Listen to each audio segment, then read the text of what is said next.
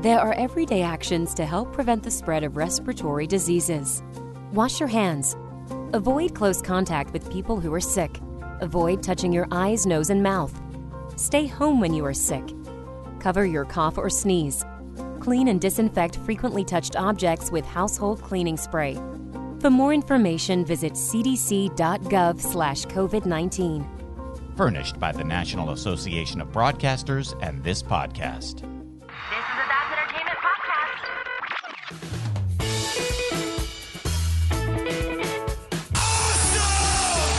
Awesome. Just tell people they're awesome and mean it. Awesome. Did you have an awesome time? Did you drink awesome shooters and listen to awesome music and then just sit around and soak up each other's awesomeness? Awesome. That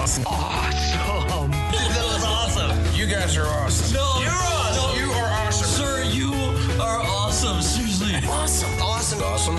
Everything is awesome. Welcome to this week's edition of Everything is Awesome. I am your host, Kev, and this is the show about awesome things with awesome people. I think I nailed that time. I'm a little flustered for those listening because just spent the last 15 minutes trying to get everything set up to chat with our guest, which you may or may not have heard in some sort of kind of show cut that I do. I don't know. We're flying off the seat of our pants here, but please welcome to the show. You know him from that place on the internet, baseball comedy nerd, beard icon, and friends to dog. Please welcome Jason Tabrys. Hey, how you doing, Kevin? Thank you for having me on. I appreciate that. And it feels so good to hear your voice because when as soon as I said your last name in the last cut, it was nothing but silence, and I was like, oh man, I offended him. No, the last name does get people tied up sometimes, but again, even people that I know for a while get it wrong. So I thought about changing to Tabrys for a while because that seems to be, and then I could try and slowly work my way into being nicknamed the Breeze. But I actually tried. I'm not even kidding. I tried it on a phone call with someone. They asked me how to pronounce it. I'm like, actually, it's Tabrys, and it then reflects. Nope. That was terrible, and I would never ever do that again. But so I'm stuck with Tabrys. It's so. Based off of, I've been following you for a long time on Twitter. In fact, a long time ago, probably when I first started this show up, or somewhere in that first year or so, I think I connected with you to try to get you on the show. You did, which I realized I completely blew you off, and it wasn't intentional. I just completely because when you asked me to be on again, I was I'm looking in the DM on Twitter, and I'm like, oh golly. That was 4 years ago or whatever. I just totally left. And that happens to be because I'm an awful person apparently, but I see that from time to time. I'll reach out to a friend on Twitter and we'll talk in other ways, but then I'll see that I haven't, responded to a message from 5 years ago because time, but now it's fine because time is a relic of the past. So. Yeah, it is. Well, and I seem to remember, and because I go through these eras of my life where I'm I just need to clear out this whole screen of DMs.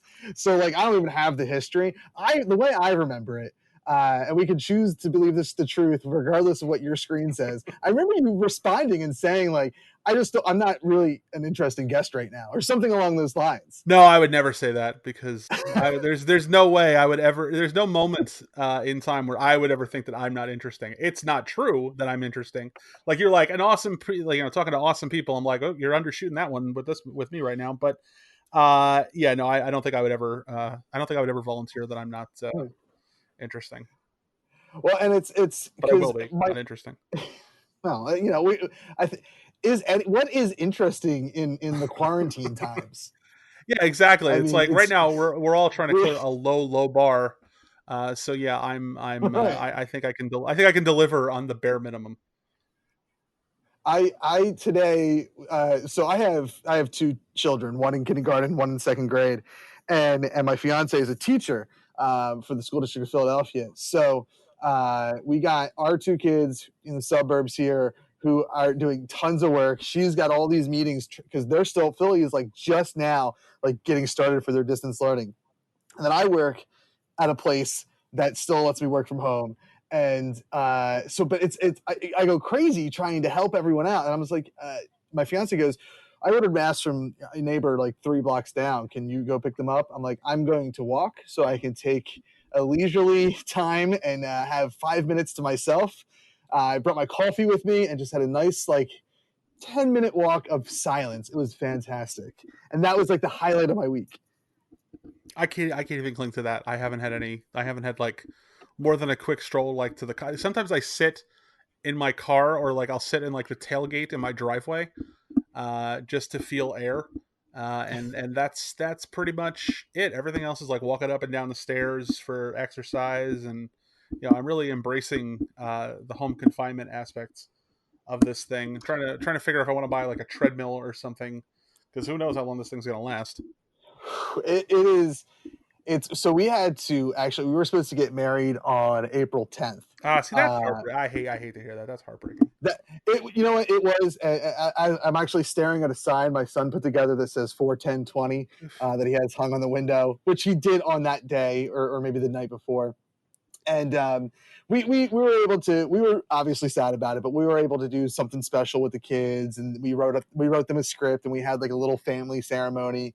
And we made the best of it that day, and now we're just That's nice. clinging to hope that July 31st, the new date, does not also get bumped. Yeah, hopefully. I mean, for a lot of reasons. I can again Right. not to have a sad not to a friend of mine uses this phrase, and I'm stealing it. Not to have a sad off, but we got out of our house and we're living with a friend, and the plan was, okay, we're gonna save up a few months, and then we're gonna move down to Atlanta and have this kick-ass new life. And our move out date was May 1, Oh, and that ain't happening.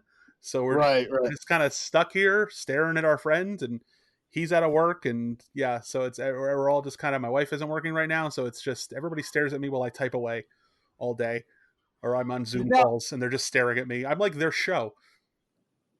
uh, eh, well, is that an interesting show, or is it? No, as I said before, not an interesting show at all. Especially the behind the scenes unedited version of it, which is just sitting here in like like a ratty MTV T-shirt and like a baseball hat, typing passively. I don't even type like with any kind of like vigor or any kind of like energy to it. It's all just like just tap tap tap tap tap. The slow Yeah. words per minute down big time. Yeah. So now, and I can only really gauge this based off of maybe one of your old podcasts that we'll probably mention at some point, and your tweets. But are you in like the Jersey area? Because I know you've done Philly Nerd Night. Yeah, I I've seen did. your name on that. Yeah, I did Philly Nerd Night one time, crushed it, and I'm in North Jersey right now, Okay. and probably forever. Is that were you born and raised in North Jersey? No, I was born in Allentown. Okay. Moved around a whole bunch: Virginia, New York, Jersey, Long Island, Pennsylvania. Yeah, so my father was in retail when I was a kid, so he got transferred like every 7, 8, 9 months. I moved like 20 times by the time I was 20. Oh wow. Counting like long ass like hotel stays, like when they were in the middle of a move, and just yeah. So I've seen the Northeast. I've seen all parts of the Northeast, and I'm utterly unimpressed.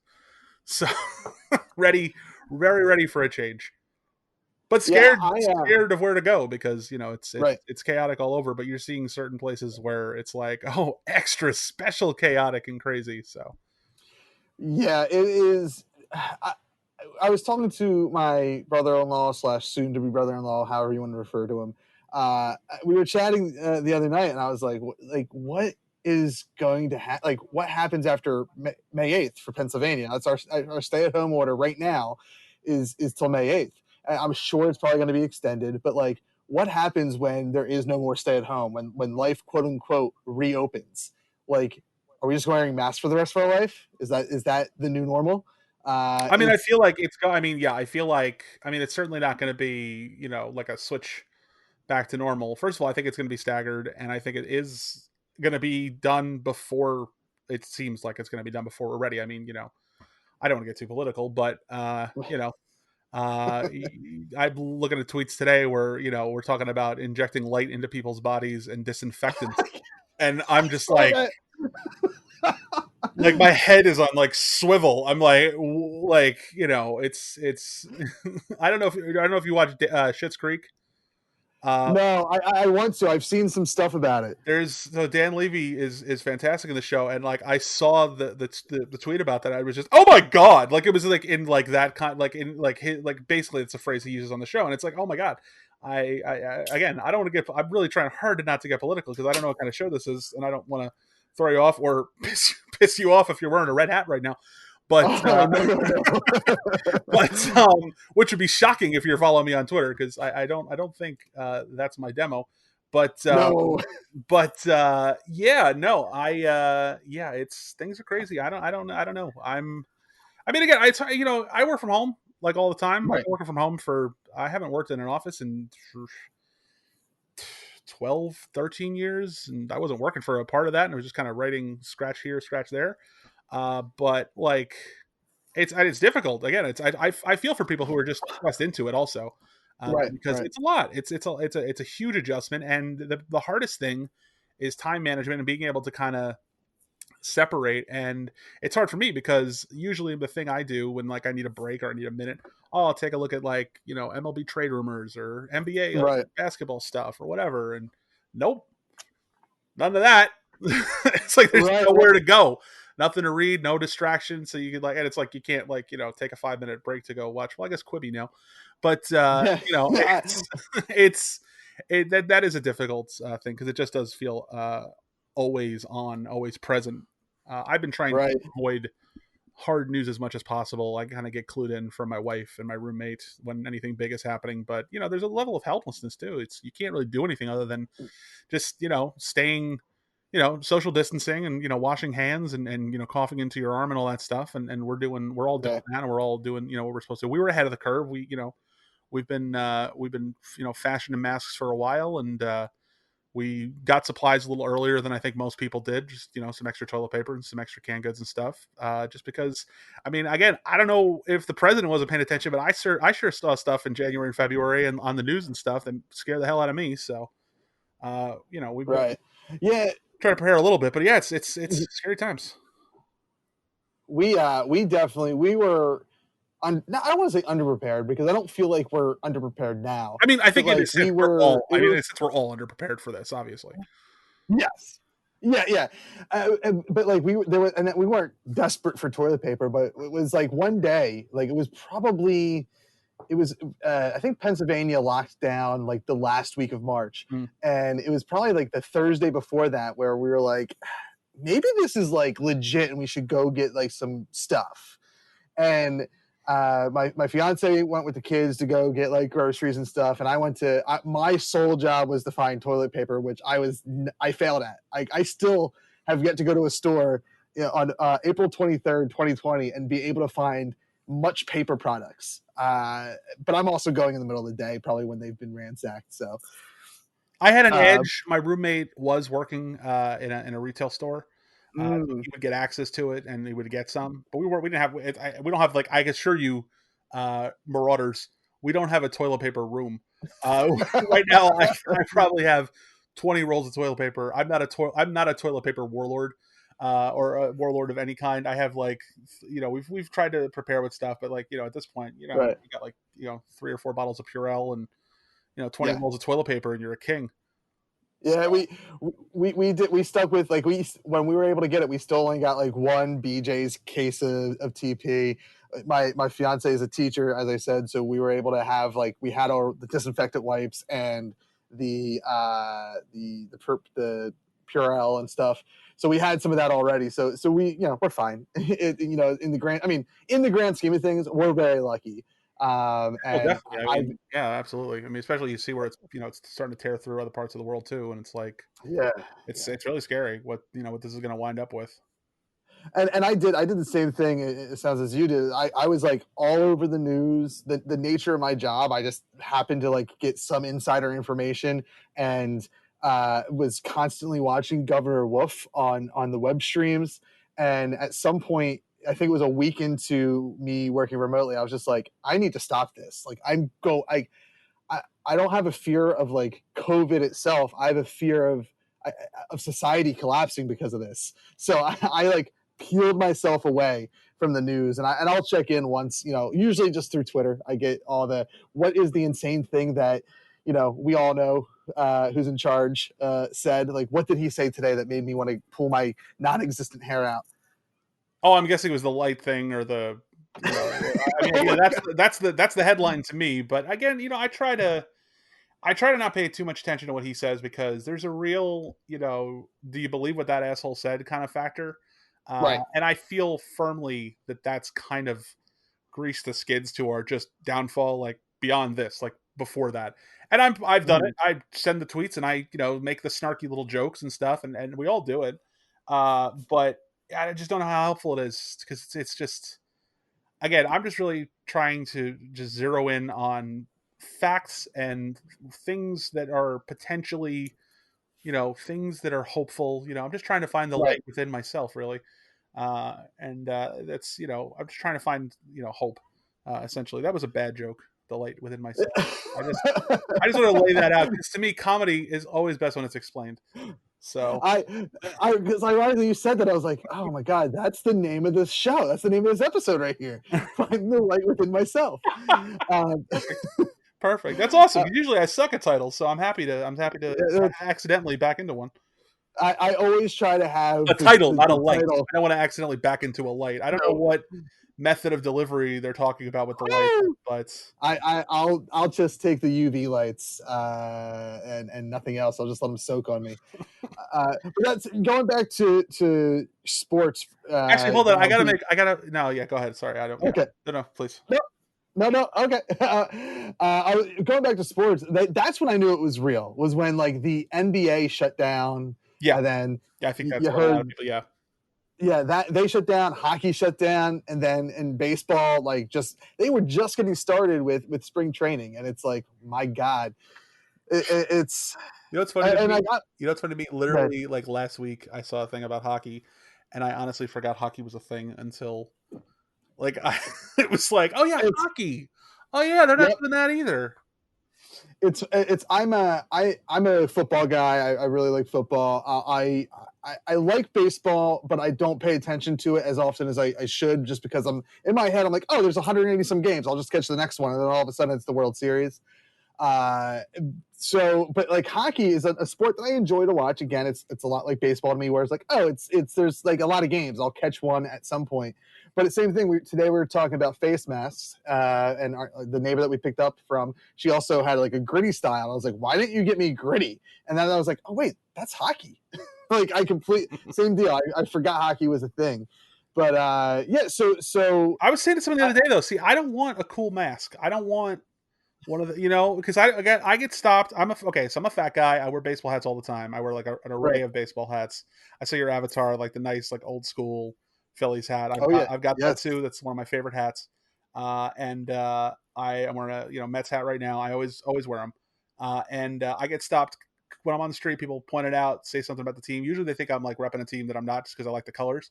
So they're like, like Philly sucks. Okay, that's great. Although I'm a recovering Orioles fan, and I did get a lot of that, and that was fair because they do. Yeah, I don't want that with masks. I don't want people stopping me and talking to me about my Superman mask or anything like that. Yeah, I don't want the forced conversations right now, especially. Right. Yeah. That was a strange moment. So I around here, like around the corner, there's a plasma donation center, and I still go and donate because I'm hopeful that the nurses there are doing everything they can to protect themselves, and plasma is still needed and stuff. So like I'm still doing my part to try to help people. No, that's awesome. And but I went in today wearing my Eagles face mask, and another lady, one of the nurses had one too, and then I was like, damn it, this is the same thing. I was like, I'm very antisocial. As much as I talk on this podcast, very antisocial. And so I was just like, oh boy, here comes the conversation. And the more I talk in this mask, the more it starts to slip down. That's what the fear is. You go in there with the same mask, and she's gonna like high five, hit it. Oh yeah. Yeah, there you go. Oh yeah, yeah. You don't Yeah. want that. You don't, again, you Yeah. don't want the high five. You don't want the conversation right now. It's just, Yeah. but yeah, that's why I stick with, I just have a plain, it's like the world's longest turtleneck. It's basically a crop top. I think that if in the Yes. summer, if this thing breaks, that's how I'll wear it. And just like, hit the boardwalk. But for now, it's protecting my face, or half of my face. There is, I mean, God, I feel like it was just yesterday that like the Jersey Shores got hit like economically because of Sandy, and there's no way they're not going to open this summer. That's another like big downfall. I have, at this point, honestly, I have no. I'm not making predictions at this point because it's like, who knows? Who knows? Again, who knows if the Sure. summer slows it? Who knows? It's still not really warm out, so I try to take some hope in the idea that that the southern hemisphere hasn't been like overwhelmed by it. It doesn't seem to this point that there's maybe Right. something to that effect since it's now just starting with fall there. But I'm not a doctor. I Yeah. have no idea. I'm just looking at this point. We're all grasping for anything that seems like hope. Right. Well, and speaking of that, I think we've devoted enough time to let people know that this episode was recorded in the age of COVID-19. I do want to focus on You have some of that. You have to trash the whole episode if they come out with a cure like next week. Oh my god! Because my luck is they'll release the cure on Wednesday when this episode drops. I mean, that'll be all of it. Look, I'd be okay. Honestly, dude, listen, if that happens, we'll do another one. Okay, I will make myself available. We will take that loss. There we go for that game. So there's a lot that you wanted to touch on, and since we're actually, I want to go right to, we already talked about baseball, and I do want to talk about this because you're launching a baseball podcast that seems like, first of all, let's go into that. You're launching a baseball podcast would you call it the worst possible time? No, I don't think so, because it's not really about ongoing. I mean, I'm a baseball fan, but I don't like religiously watch every game. And I have it on in the background a lot, but it's an interest and it's a thing I read about a lot and just kind of track transactions and stuff like that. And I've been a fan of it since I was a kid. But the thing is, I really enjoy what I do. So for what I do for a living, I do interviews, and sometimes they're in person. And like I said, I wear baseball hats all the time, and sometimes people will, start a little conversation, a couple minutes, and it's always fun. It's a nice little like order before we get to actually start like having the full conversation. And so it's been on my mind for a while to try and just do something where I could talk to just interesting people, writers, actors, comedians, athletes, whatever, but do it centered around like baseball and just kind of talk about like their nostalgia for it and what they love about it and stuff. So just kind of starting that out. So to me, yeah, it's a lot of people are starting podcasts right now. Yes. I literally did an interview a couple weeks ago. I was talking to somebody and I was like, they're like, oh, everybody's got a podcast. Like, not me, I'm retired. And he's like, retired. And I'm like, I am. And then it's like, yeah, I guess not. So the first guest, Mike Oz from Yahoo Sports, does a crazy, amazing show called Old Baseball Cards on there, where he opens up old cards with a bunch of like old baseball players and current players and everything. And it's a fun show. And so he was first guest, and we talked a lot about his upbringing in Oakland, but we also touched a little bit about comedy and stuff like that. So it's not just like hardcore. We're not talking. Nobody's going to talk about like robot umpires and well, maybe they will, but I don't know. But there's not going to be a deep analysis of the split finger fastball. It's light and about baseball culture and baseball movies and stuff like that. It's just a nice fun thing. So the plan is to launch it next week, but we'll see. Edits and such are a bit of an all-consuming thing, but I will now that I'm doing this helps me to drive me to launch the thing, so that way it's not weird when like you're like, you got a podcast on. It's like, yes, someday. So it'd be helpful if I had like a link so that if anybody was fooled into thinking I'm interesting, that they would want to check this thing out. But yeah, so that's the plan right now. And then again, I'm going to kind of see how it goes and just try to take it easy. I'm not going to commit to a schedule because I learned the folly of that podcast. Oh yeah. Yeah, it's just because it's not your central thing. It's not. I mean, it's not even my third or fourth priority at this point. So it's something I enjoy, and doing the first episode, you kind of get the you get the feel of it back. But again, it's a lot like I do a lot of interviews for work, so it feels very similar to that. But obviously it's a little different when it's, recorded and everything, and you've got to, spend 5 hours listening to see if you hear like a light squeal in the background, or, somebody like the gentle like crush of a can or something. It's like, oh, gotta cut that out because somebody will notice it. Right. So yeah, there's that. But yeah, That's so that's the thing that's happening. Yeah, that's my in the years that I've been doing podcasting, it used to be like, oh, I got to cut out every uhs and ums, and then it turned into like, well, I can leave a little bit of that noise in there, and now it's let me just make sure we're not stomping all over each other. Let me just make sure that there's no audio drift. If other than that, if there like there's a good, I told my kids to go to bed an hour ago, and I can hear them in the background. So there's a good chance that they'll come running in the middle of this interview, and I'll have to maybe edit that out, probably forget to. So I've become very relaxed rather. I think that's okay though, and I think honestly, I think that's okay. When I do interviews, I do keep in like the slight, when people trail off and then go back into another thought. Sometimes it's interesting, I think, to see where someone was going and to see the process of it, the likes and ums and stuff like that. There's no harm in that, in my opinion. I think it is again, people, when you have someone who is answering questions without any like with a rapidness, when there's no pause and they're not thinking about what they're saying, so it's not a real conversation. Like it's something I've picked up over time, and so when I have specifically when I have those interviews, when you have someone who is very considerate about what they're going to say. I don't want to drop names. Am I an asshole if I drop names and mention people? Like, I don't want to be that guy. I mean, I'm okay with it. Okay, all right.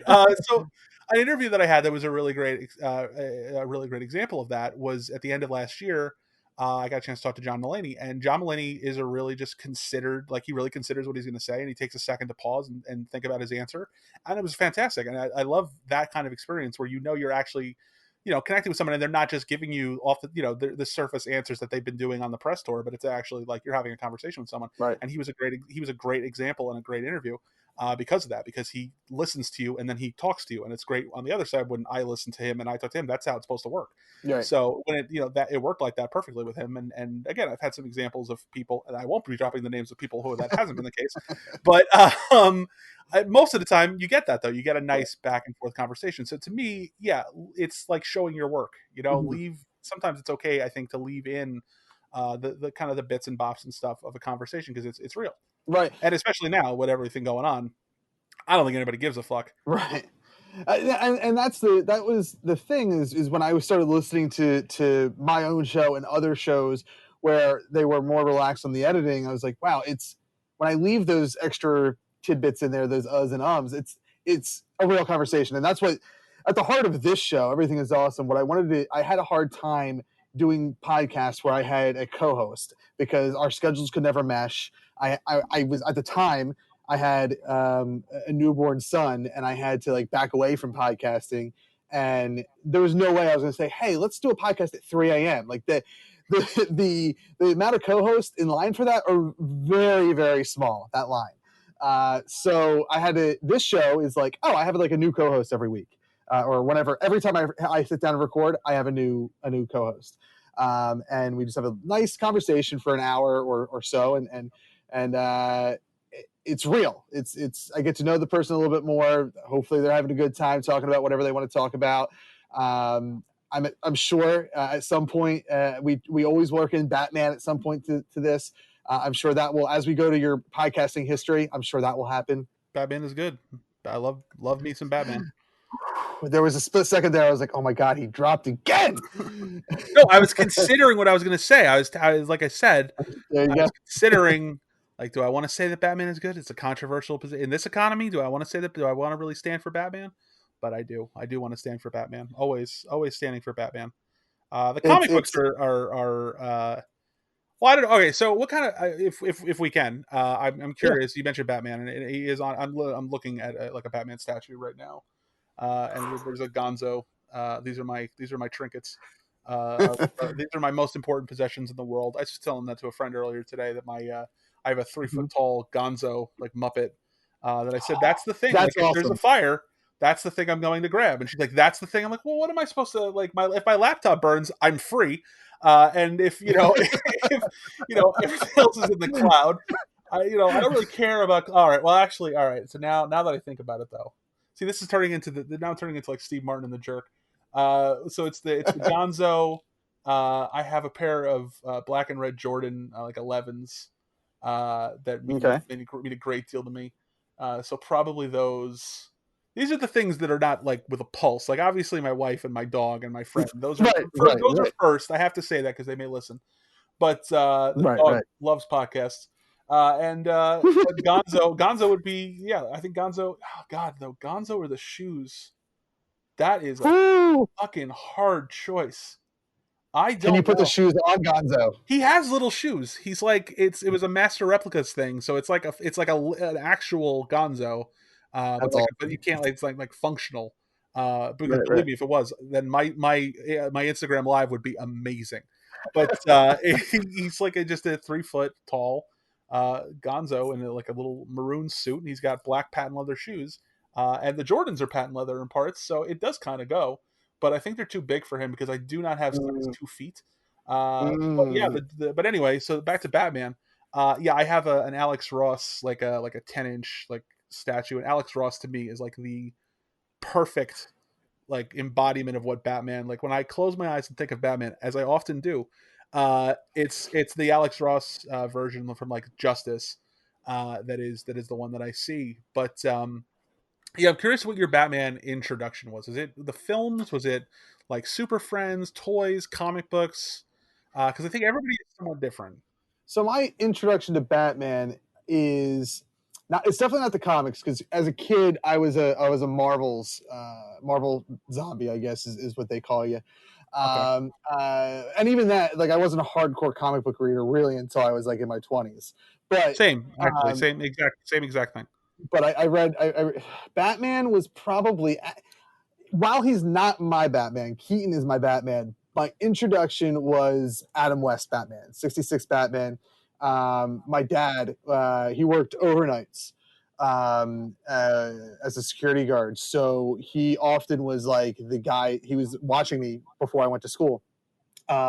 So when at that early age, we would watch. I was raised like on Nick at Night, and Nick at Night back then was actual shows from like the 50s and 60s and stuff. And Oh, yeah, yeah. Batman. Of course, I don't know what station it was on, but I remember Adam West Batman and Burt Ward's Robin. They were like my introduction to Batman. That eventually led to, and I was, or I mean, at that age, I was born in '84. I probably started watching that.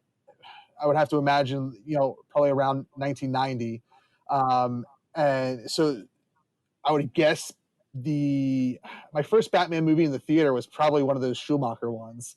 But I do remember, like, I eventually started watching the Keaton one, and he became my Batman that like would lead me to the animated series. And when I close my eyes, that's the voice I hear, and whatnot. But yeah, Adam West was Is my Keaton or like Kevin Conroy from the animated series? Kevin Conroy. Gotcha. Yeah, he's my voice that I hear Dude, when he's I on was. Cameo. He's on Cameo for like $70. Go make it happen. I know. I saw that like a week ago. I was like, do I drop $70?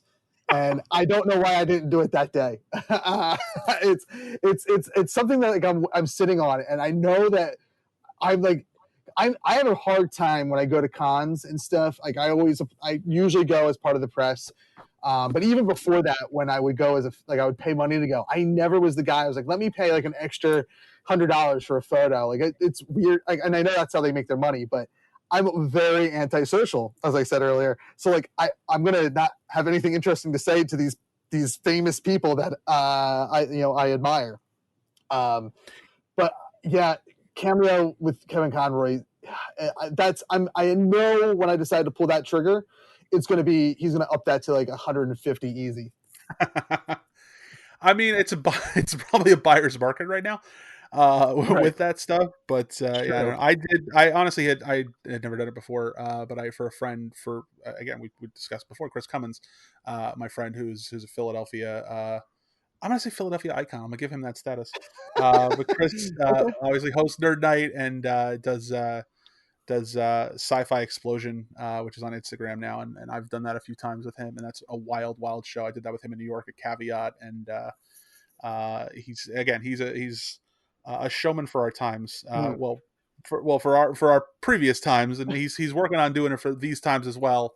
But I got Chris Mindy Cohen. He's a huge Facts of Life fan. Okay. So I asked for Mindy Cohen was nice enough to do a cameo for him, and he exploded with joy. So it's great to actually give those. Right. I would not want to receive them Mhm. personally. It doesn't really do anything for me, but to give them to people, I think it's an awesome thing because people have that real connection. I don't mean to sound like an asshole when I say they do nothing for me.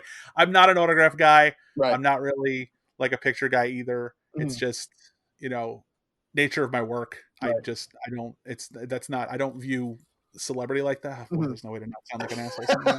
I do get it. No, pull it up. I'm just slamming it to the mountain. There's no way to not sound like an asshole, but it's what I do for a living. So I talk to people constantly. So it's like if it's like a psychological block of Right. where like fandom gets shut off to a certain extent. Like Yeah. I can't allow myself to do it. It's really not that I don't get enthusiastic about things.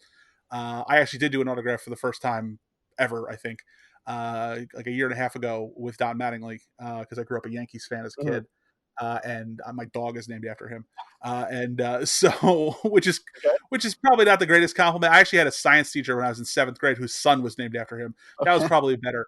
Right. But yeah, so I got and I did that and don't regret it at all. Right. Even though I felt a little weird about it, but it was a cool experience. But yeah, the cameo thing is an interesting way to people to connect. It's even interesting to see people just the way they connect in general with fandom. I don't know if you follow Ken Marino from the state and from a ton of other things, Veronica Mars and everything. Yeah, I don't think I follow him on any of the socials.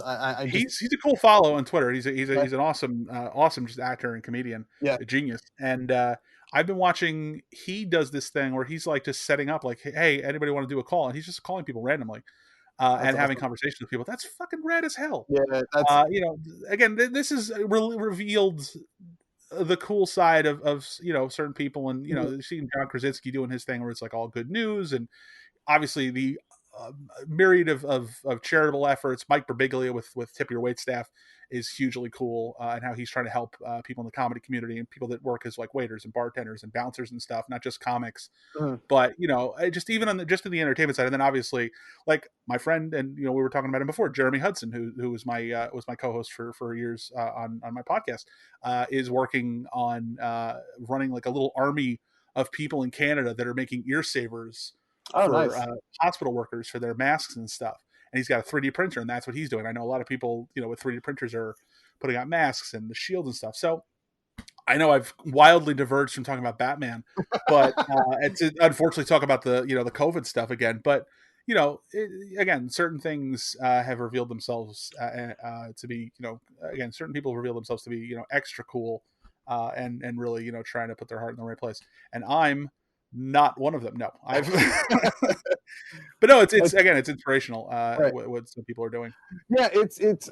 I would say like in real life when I walk around, the suburbs of Philadelphia, or like when I run out to go get.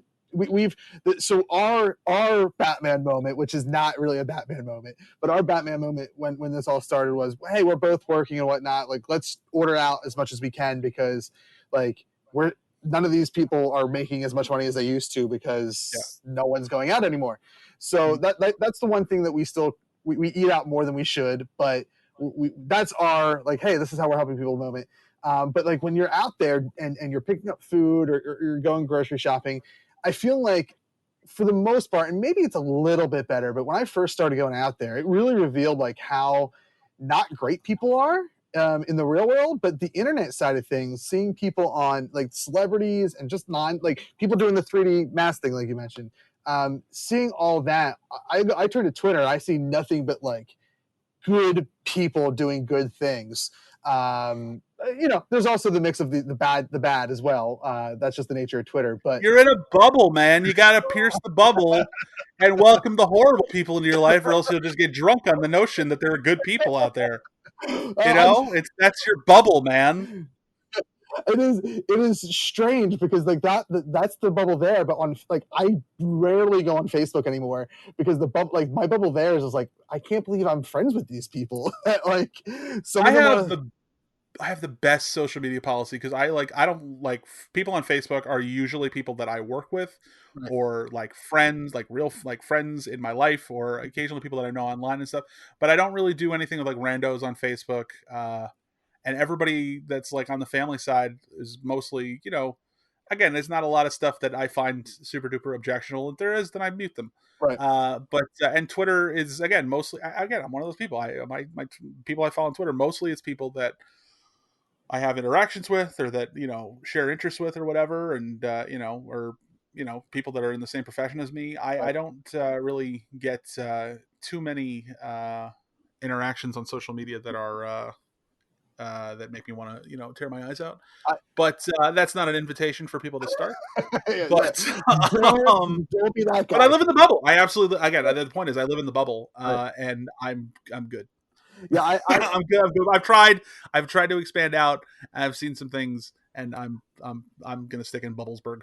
I had for the first time. It's usually like on Facebook if people friend me. I usually don't ever defriend. I usually do the muting as well, or whatever the Facebook calls it.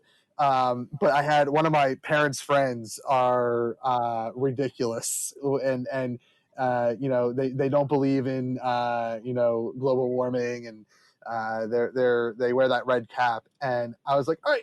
I was like, I'm trying not to let that define like this person who I've known my whole life, but then like they posted a meme making fun of Greta I'm gonna ruin her last name, but that 14-year-old girl Thunberg, I believe. I think it's Thunberg, but I may be wrong too. That's what I was gonna say, Thunberg. So, but like it was making fun of her, and I was like, that was the show. I was like, you can't. Just 14-year-old kid. Yeah, it's like you're like 60-some years old, and you're supporting making fun of this 14-year-old girl. So, and like at first I muted, and I was like, you know what, that's not good enough, and I went and defriended. It was the first time in years that I've done something like that.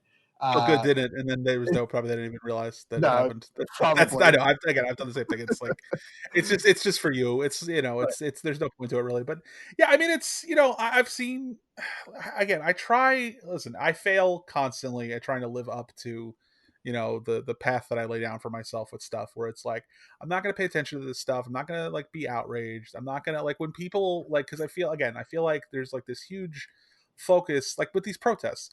There's this huge focus on like people that are like freaking the hell out, and like it's like 6 people in a square, and then it's like covered like it's like 1,000 people, and it's like I try my best to not give people residency in my head when they say things that are ridiculous or they're outrageous, and it's really hard because I think just naturally we're conditioned to what.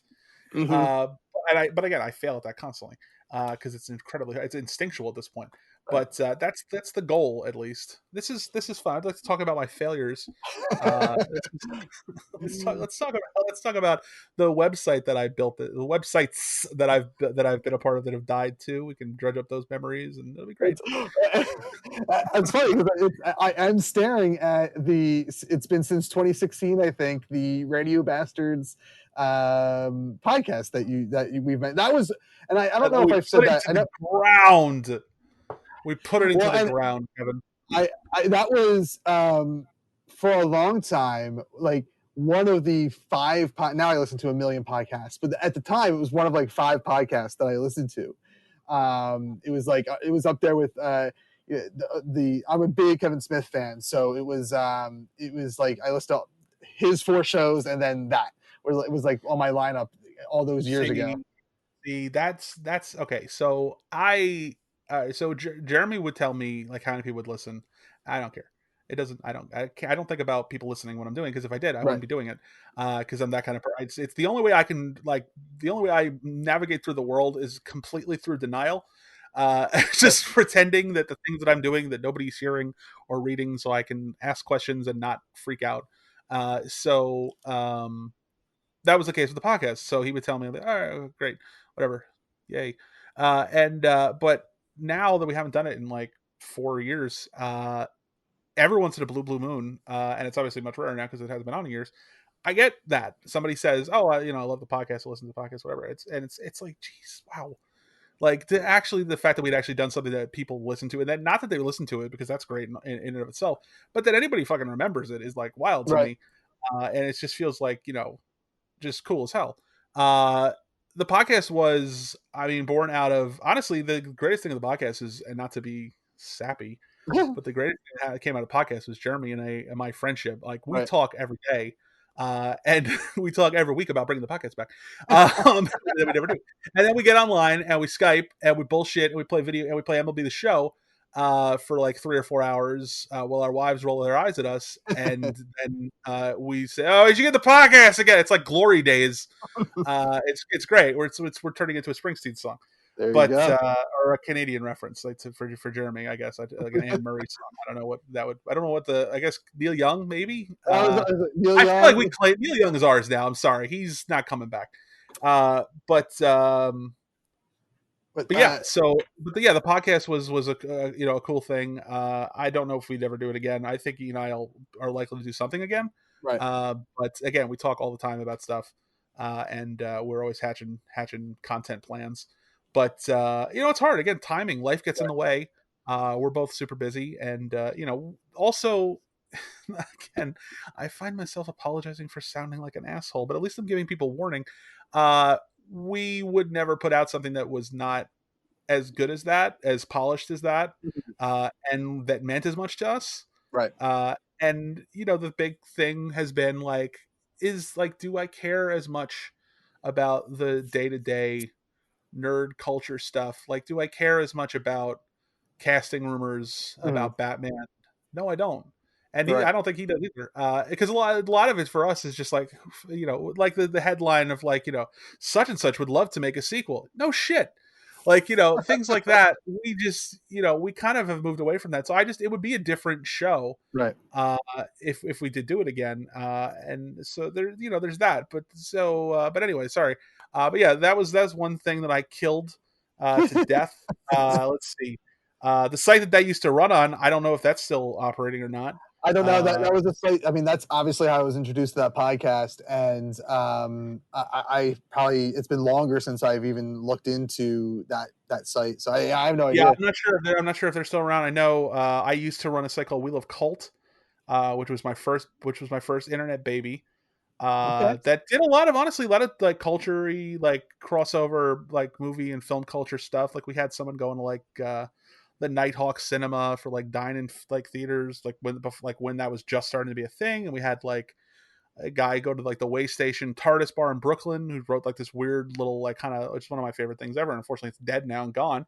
But weird little shit like that. I had somebody do a test drive in a DeLorean. I think that actually went up on a different site. But stuff like that was fun. The internet can provide a lot of opportunities for people to pretend that they're they're literary and content heroes, and that was certainly how I have always tried to go at it. So certain things like the Wheel of Cult, which I still romanticize because of the fact that it was like my first real like stab at something, but also like even the podcast and things like that. So when you tell me you remember it, I feel like fucking I feel like I made the Ruddles. And people are telling me, "Oh, I love that!" Like, because I know it's bullshit. But again, it's like you get to have fantasy camp and pretend like you created a cool thing that people still remember. So thank you for that. Yeah, you're welcome. And it is something. The Radio Bastard in particular, I pulled it up just so I could have it as reference for our conversation. But also, I was like, let me see when if there's been anything new, because I know at one point it was like, oh, you guys were posting episodes like once every few months, just like as a we remembered to record today or whatever. We were weekly for a long time, and then it started to slow down, and then it was like every couple of months, and then it was again. We've been for probably since 2014. We've been like, we're gonna do it. We can't do it. Okay, all right, we're gonna do it. No, we can't. Again, life gets in the way. It's hard, like you said before. Podcast partner doing a partnership, it's hard. Mm-hmm. Yeah, it's my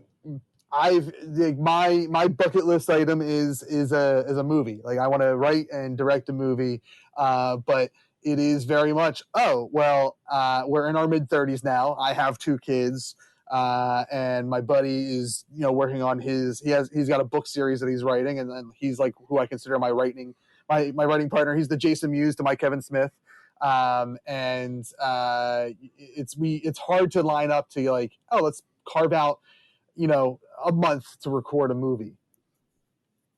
Yeah, I mean, again, any kind of project, I just find that I don't even know where it goes. Like I remember, like we were talking about in the preamble before, I had at one point cut like a podcast, like a dopey Breaking Bad podcast, into a weird like found footage like radio play without like that was never our plan. So like I like dubbed in a couple things, and there's like 3 o'clock in the morning recording like a laughing ghost, and then like injecting that into the it sounded like that actually, doing something like that, and like sound effects and shit like that. And this is when I was 26 years old. I had nothing going on. It wasn't working, and it was just like 13 or 14 hours of microscopically splicing together a podcast for this epic monument to waste. Seemed like no big deal because it just felt like there was plenty of time on the clock, and I didn't again really have much going on. And now I just feel like I don't even have time to read a book, much less write a book. I don't have time to read a book or anything like that. It's like it's just, where the hell did that go? Boy, this is a depressing podcast, man. That's the Everything is Awesome is a lead in to get everyone to listen, and then the goal is to have everyone crying by the end. Welcome to the mid-roll, super friends. That's right. Everything is Awesome has gone to a mid-roll. This is where we're going to give you some information about Everything is Awesome, That's Entertainment Podcast Network, and whatever else I have going on in this crazy, crazy world. We'll try to keep things short here, though. I'm very excited for this episode that you're listening to right now. Jason is someone that I have admired for a very long time, and I've wanted on this show pretty much since I started this thing back in 2016. So this is a big bucket list check on guests that I've had on the show that I've always wanted on the show. And I'm glad to be back. I'm going to...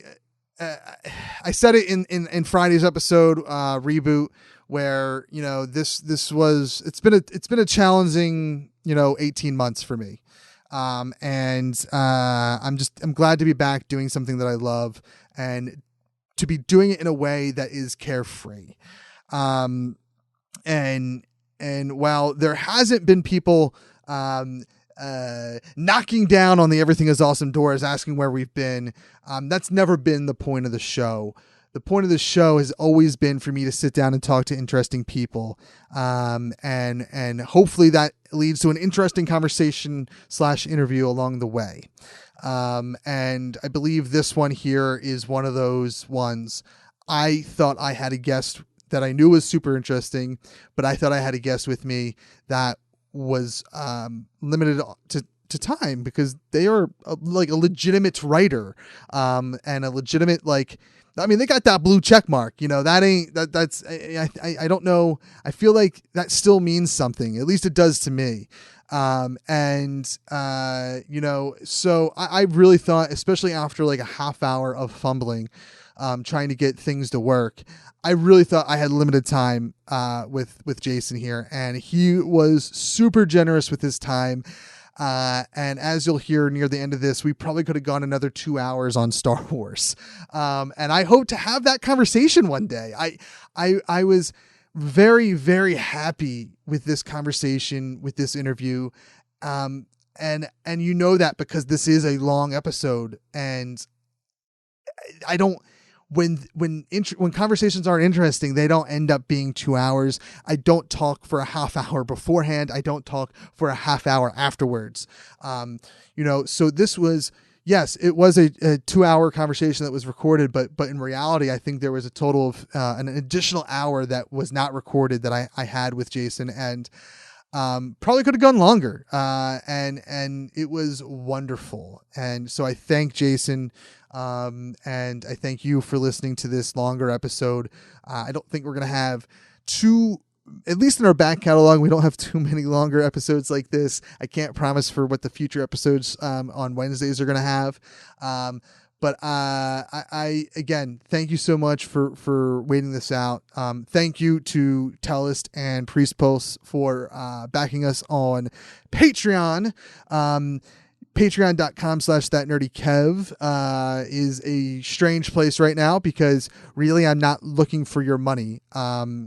Not now, not during this pandemic. If you're someone like me that is able to survive on their own and you have money that you're willing to give to people during this time of need, find people that need it. Again, I'm not going to say no to your money, but I implore you to find content creators and people that you admire online that give you joy. Those are the people that maybe they've lost their job, their source of income, and they need your support now. Your local businesses, your comic book stores, those are the places that need your money now. However you can support these places that we hope are still around after this pandemic is over, those are the places that I really want you to support now. That said, like I said, I'm not going to turn your money down, but I'm also not going to keep it for myself. Priest Pulse and Tellist are two people that I also support through Patreon, so we kind of cancel each other out, so I get no money from that as it is, but any additional money that I get through these outlets, whether it's from advertising, whether it's from Patreon, whether it's from Ko-Fi, whether it's from a donation, whatever, however it is, my itch.io store, if you guys buy my games, any money that I raise during the COVID-19 crisis here and for the foreseeable future, that money is going to go towards people that need it. So I'm going to reinvest that money after fees into other content creators that may need the money, local businesses that I can buy gift cards from or food from or whatever, however I can support these places. I do writing outside of the That's Entertainment / Crew Number Studios brand. Any money that I make from that, once it hits a certain amount and I withdraw it, that will be going right back into the hands of the people that are being affected by COVID-19. So first and foremost, please support them. But if you don't know who to support, please know that if you support me through Patreon, through Ko-Fi, or by buying any of my games from itch.io, that I will reinvest that money into people that need it. I will more than likely, I foresee that lasting through 2020, unless I take a hit somehow. But knock on wood, that's not going to happen. I feel pretty secure. Now I'm getting myself all kinds of worried, but know that for the foreseeable future, probably through the rest of this calendar year, bearing any unforeseen circumstances, any money that I make that is associated with my hobbies of podcasting and writing and game design will likely be reinvested, save for fees, unless something happens that I can't foresee at this moment. And if you don't know where to invest your money in those things, please know that if you invest in me, I will make sure that it's invested in the right people and the right organizations to make sure that people get that money. So that's all I wanted to say in this mid-roll. Obviously, please contact me at That Nerdy Kev if you want to advertise on this show and get your product out there in the world. We'll do an advertisement right here on the mid-roll and know that your money is going to help support other people. And again, the best way to do that is to either email me at awesome@crewnumberstudios.com or hit me up on Twitter at That Nerdy Kev. Let's get back to my conversation with Jason right here on awesomepodcast.com. Oh God, did you see that Sam Neill thing last night? No. Oh God, so a friend of mine sent this. Actually, Jeremy sent this, and it's Sam Neill playing Uptown Funk on like a ukulele, and then it does seem at the end like he starts to actually cry, like real cry, like ugly man tear thing. It's like, oh my God, oh no. It's the grip of all this has got him too, and it's like because he's been such a source of joy, and it's like, oh my God, I hope he's okay. Because it's just it's hard though. Again, it's hard for people to handle. Again, where we veer into it's almost like there's something pulling our attention to talk about it, and you know that's like super depressing. It's weird. Right. I mean, it is literally in the back of everyone's mind, and I mean it's hard to not talk about it on a daily basis in real life, let alone on a dopey podcast. Mm-hmm.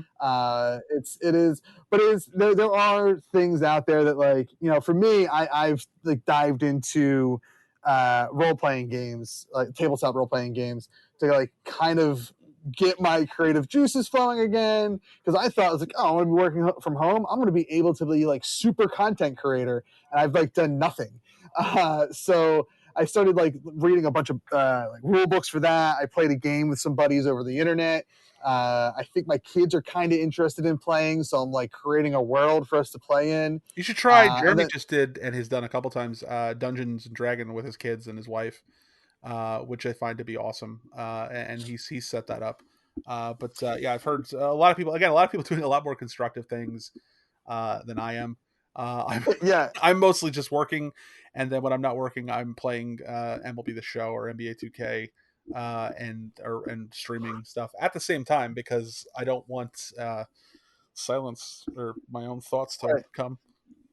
Yeah, I mean I feel like the only thing I've been doing is like watching more stuff on the multitude of streaming platforms that I have. You checking out Crackle? No, I have. That's so Crackle. I don't. I've been. My thing has been watching the Justice League animated movies on DC Universe. Okay. I gotta get back to Doom Patrol on there. I'm stopped at like episode 8. And to mention, I only have like 2 friends. So to mention Chris, Chris told me about that. Listen, I'm in my 30s and I'm a man and I have 2 friends. That's like good, right? Like for everything I read, it's like you have like one, maybe that's the dog. I have 2 friends. Right. I have 3 friends. Actually, no, 3 friends. I have 4. I have like 4. I have 4 friends and my wife. I think maybe it's definitely 4. It's definitely capped at 4. It's 4 friends, a cousin, a wife, and a dog. That's it. Yeah, it is. My fiance and I, like, we talk and we like look at our neighbors like talking with one another, and she's like, "Why do you think we don't talk to our neighbors? Like, we don't go outside. Like, we actively like turn our heads down and walk inside when we see people. We're the problem. Like, that's why." Our neighbors hated us in our old house, so we never had any kind of relationship. There was like a property line dispute at one point. That's like that's like Hatfields and McCoy's country. So there's no like anything. Like at one point, like their house had a minor house fire. My wife went over and started. She went over. She went over when it happened, and she's like, "Everybody okay?" and everything like that. And there was like a chilly response and everything because they probably thought she started it. Yeah. So it's again, we were not the best neighbors, and then here we don't really have any because we were temporary here. This was supposed to be like a pit stop. I feel like Dante and Clerks, like constantly. Like I'm not even, and I'm wearing military boots, but I'm not even supposed to be here. Is just like becoming my like sword and shield. I'm just gonna like repeat like I said, May 1st was the move out date, so that's just my attitude from now until whenever this germ fog lifts. Yeah, I mean, first, and not that I'm ending it right now because I do want to touch on some comedy stuff before I let you go. But I do wish luck that this lifts, in time for you to move. What made you guys pick down south Atlanta, Georgia? You said, right? Georgia. Well, we just felt like the governor was such a cool guy, and like he was super chill. No, it was literally just. We took a trip down there and had a good time and just really fell in love with the food and just like the attitude and the kind of laid back thing. Jersey's a little severe for us. People are a little, even before this, people are a little kind of preloaded. So I try to be a generally chill person. My wife does too. And also she just kind of was tired of the winter. I actually wanted to move to Philly because I really enjoy Philly. I really enjoy the scene, like the food and really just want to ride Chris's coattails with his live shows because I have zero game in terms of like making connections and stuff. And Chris is like the Prince of Philadelphia. So it's like, okay, well, my dude here is doing these shows. I'm just going to be his Huckleberry. Absolutely. Yeah, Philadelphia was still with the cold, still with the winter. Right. But we spent a lot of time in Philadelphia and I have a great affection for it, honestly. So yeah, I straight up do. I've been born and raised in Bucks County, suburb of Philadelphia, but I love going down to the city. It's I'm assuming that it's not going to happen this year, but every summer there's the Philadelphia Podcast Festival that I help I do my show there. I also volunteer my weekend usually to help run it. And Wasn't last year? I think I saw on your thing last year was like a Tattooed Moms, right? Which is a place that I love. That I yeah, want to go play. I want to go play with a little toy, and I want to get a drink, and I want to have some fucking amazing chicken fingers right now. That's what I and the want. tater tot. Yes, the tater tot. Oh, you're killing me. Tattooed Mom is my favorite place down in the city. And I mean, I'm probably there every time I go down to the city is when I go down to Tattooed Mom. The other big place I like down there is it's not in South Philly, but Amalgam's Comics and Coffee House. Great comic book store. Though I also like Atomic City Comics, that's kind of across the street from Tattooed Mom. Did you They have like do Skeletor karaoke? No. Oh my god, it's amazing. That was at the. They used to have it at the. Fuck, what was the name of that theater? Something with a T that just closed. Oh, Trocadero, the Trocadero. Yeah, the Trocadero. Yeah. So Chris is super friends with the guy. Basically, the guy dresses up like Skeletor, does the whole voice, the whole thing. It's fucking amazing. It's like a gong show. Like so, like you are encouraged to really ham it up, and really just go for it. But it was awesome. I was actually there at the last show they did. I've seen it a couple times, and but yeah, they did it at the Trocadero, and it was on the main stage. And there's like a history like to the main stage there. With like I think Guns N' Roses performed there and all this shit, and it's amazing to think of like the heights. And then I did a version of I think it's Jeremiah Jackson's "We Don't Have to Take Our Clothes Off to Have a Good Time," and that requires a falsetto that I am not prepared to deliver, and so there's just cracks and shrieks, and I'm just swaying, da da da da da da, and it was awful, so awful. I befouled that stage. They didn't have to take it apart. I literally melted it with my awfulness. But yeah, that's an awesome. He still does that show, and he actually did it on Instagram too. So, but yeah, that's again just kind of a little Philly flavor there. But yeah, it's a favorite place of mine. That I was more comfortable there than New York for some reason. Like I've spent more time in New York for work and for just in my life. But I don't know why I just always feel kind of like a very small grain of rice in a very big bowl in New York, whereas Philadelphia, I feel it's more my size. Yeah, Philadelphia to me, I mean, it's just it's living in this area is great in the sense that like if anywhere that I would really want to go for sightseeing or anything, it's all within like 2 hours. If I hit some traffic in the Lincoln Tunnel or the George Washington Bridge, maybe 3-4 hours if it's bad traffic. I can go anywhere, the shore, New York, Washington, D.C. If I'm breaking some laws, I can get there in 2 hours. It's and I've done it before. I used to travel for work, and I've been almost I think to every state on the East Coast, and I've definitely. I mean, it was probably 3:00 in the morning, so no traffic. Doing very. It's very fine. There are no fast. laws now, man. You can admit to anything. It's totally everything's been suspended. It's totally fine. I saw police like arresting somebody today for the first time in like forever. I'm like, oh, I forgot the police were a thing. Like I haven't seen a police officer like or a car in like 4 weeks. But yeah, it's I love this area because it's just so close to anywhere I really want to go. See, that's like that's like so. We do a lot of my wife and I do a lot of road trips, and just go in the car. Let's drive 2 hours, whatever. And we spend a lot of time in Baltimore, and we've done DC a bunch, and Philly, and Boston, and New York, and Long Island constantly, because Long Island, unbelievably, has amazing toy shops. Like it's like a mecca for toy shops. I don't know why that does not carry over to Jersey or honestly Philly or PA. Like there's some cool places, but nothing to the level. There's some cool place in Oakland, House of Fun, which is a cool toy shop, and there's some others. But yeah, Long Island, it's like freaking amazing. But anyway, and we've done that, and it's just to me, I'm ready for that. Was the appeal of Atlanta also was the idea that it's somewhat centrally located. Orlando's not that far. New Orleans isn't that far. My wife has never been to Orlando. I've never been to New Orleans. I've never been to Tennessee. I've never been to Texas. And these are not necessarily like hop, skip, and a jumps, but it just feels like, okay, we could do a big road trip there. That's actually how we went to Atlanta the first time was we did a road trip and we stayed in Atlanta and we drove down through like the Carolinas and everything. And, we did that. And then we went and did a road trip a couple years ago to Chicago and went through like Indiana and Detroit. I stopped in Detroit specifically to try a Coney dog. And compare the Coney dogs between Lafayette and American. and Lafayette wins by far. Okay. I have to say I have friends from Detroit. If I don't say that, problems will happen.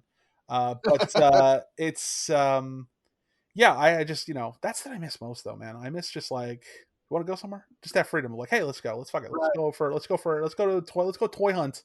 That's the thing we've Yeah. done for years. My wife and I, like, we don't have as many toys as we used to. We've sold some. Some are still in storage at her father's house, which I miss my stuff very much.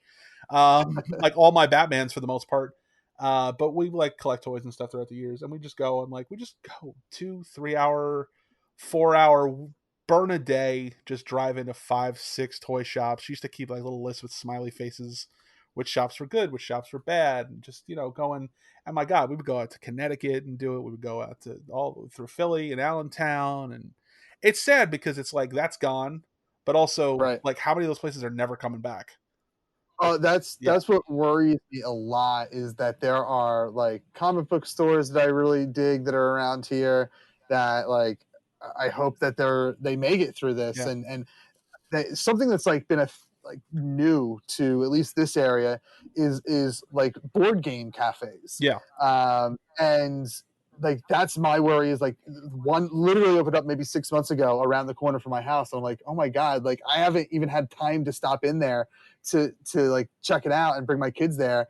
And will they be around hopefully this summer or whenever things I'm worried about all small local businesses that are we're struggling to begin with because of paper's dead and who plays board games. I mean, board games I guess are like on an uptick, but yeah, I really, and that's why I try to support local when I can, even now, because it's I think more important than ever to make sure that they're still around.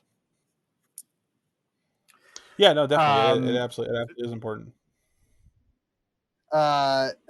So to segue from this is a roller coaster episode where we go up away. We go away from it, and then we just crash right back into COVID. This is my. I have a reputation for. I used to appear on Fred's podcast. They haven't had me on in a while. I wonder why that is. But I've Coco the Show Fucker is my nickname. Usually because I'm way more aggressive and way more off the chain and just nuts. This is downshift mode me. You're getting normal me and not wild just do weird impressions. Like you've listened to the podcast, like weird impressions and weird shit. For some reason I'm feeling not that guy right now. And I'm not deliberately trying to fuck over the show, but I do keep swinging it on back to the apocalypse. Oh, well, the last restaurant we ate in was the Melt Shop that just opened up.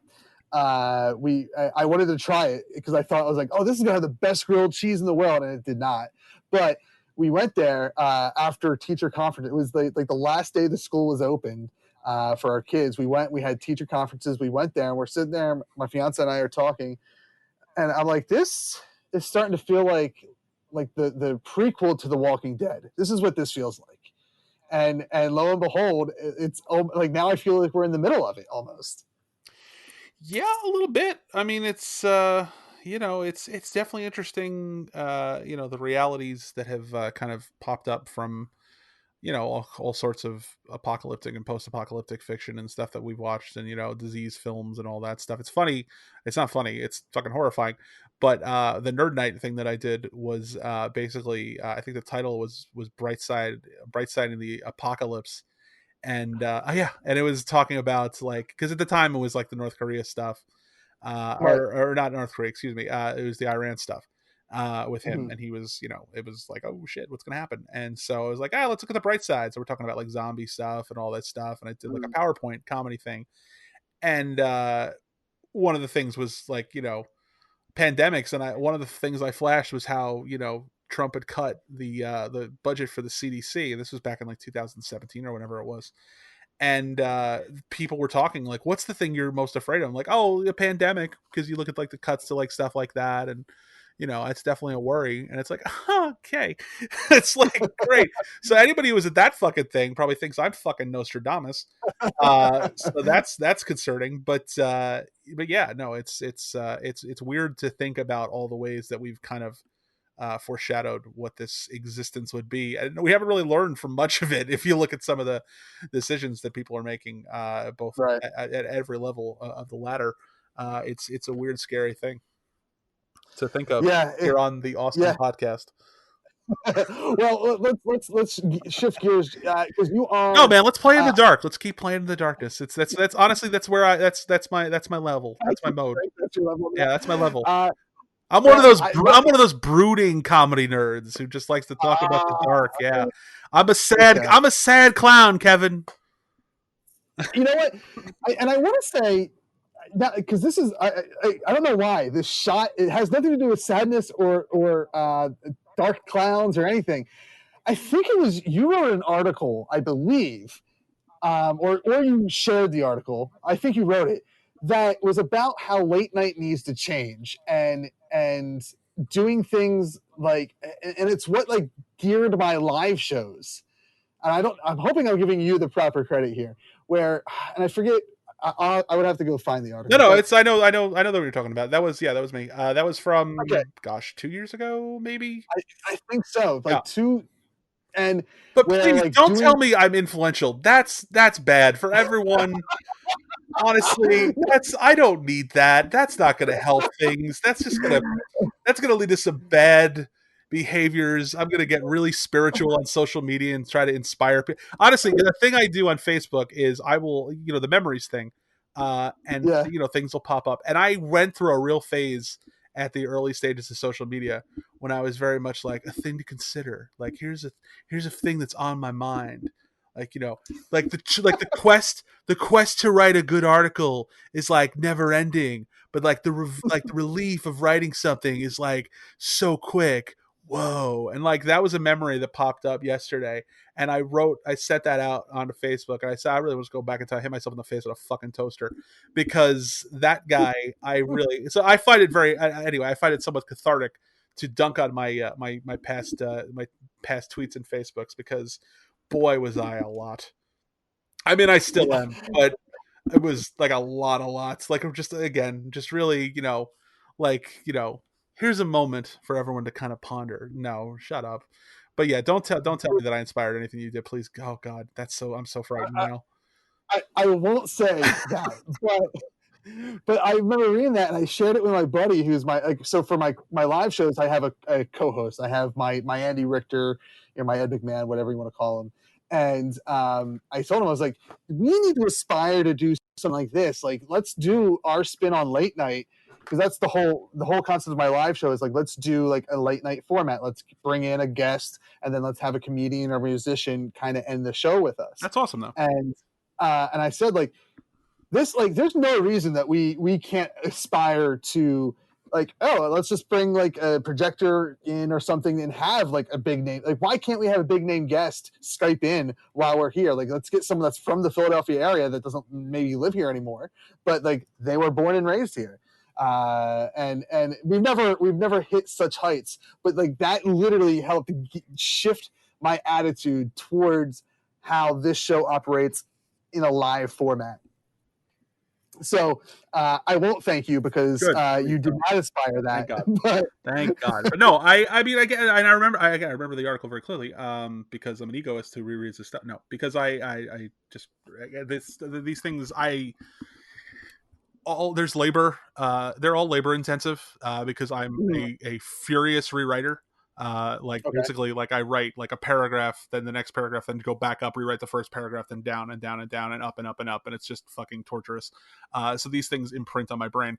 But I do remember that one, and yeah, I think a lot of the things. It's interesting seeing how late night has changed in the last few years. Not to necessarily say that things were in the article, but it's an evolving thing, and I think there's been more acceptance of the fact that it's an evolving thing, and I think that we're definitely gonna see that continue when we get out of this, because, and I've talked to other people who've said similar things.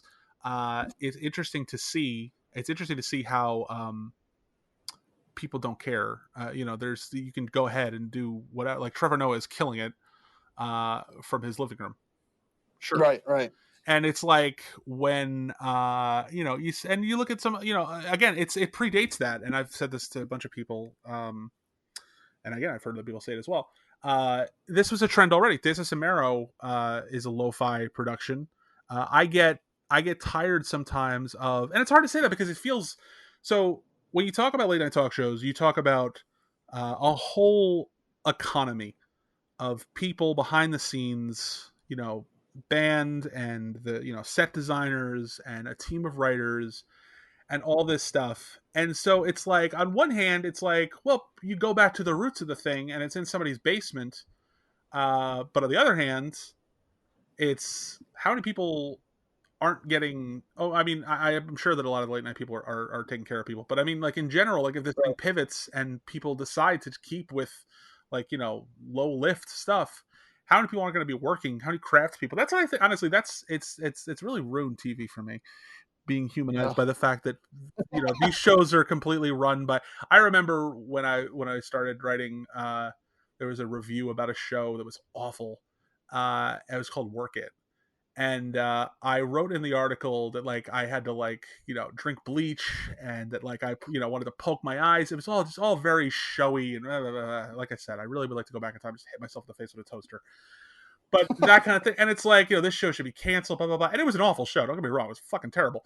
But it's like, I've now been on sets and I've met people that are, like, in the background, and you see how many people are working and towards a goal, and it gives you a different respect for it. Right. So it's hard to, like, think of a thing and be like, this is better if they weren't paying 80 people's dental insurance to, like, put on no, shut the fuck up. Let them have their big theater and their 1,000, their 500 employees or whatever, because these jobs are hard to come by. So it's a real twisting thing. And again, I sound like an asshole, but whatever.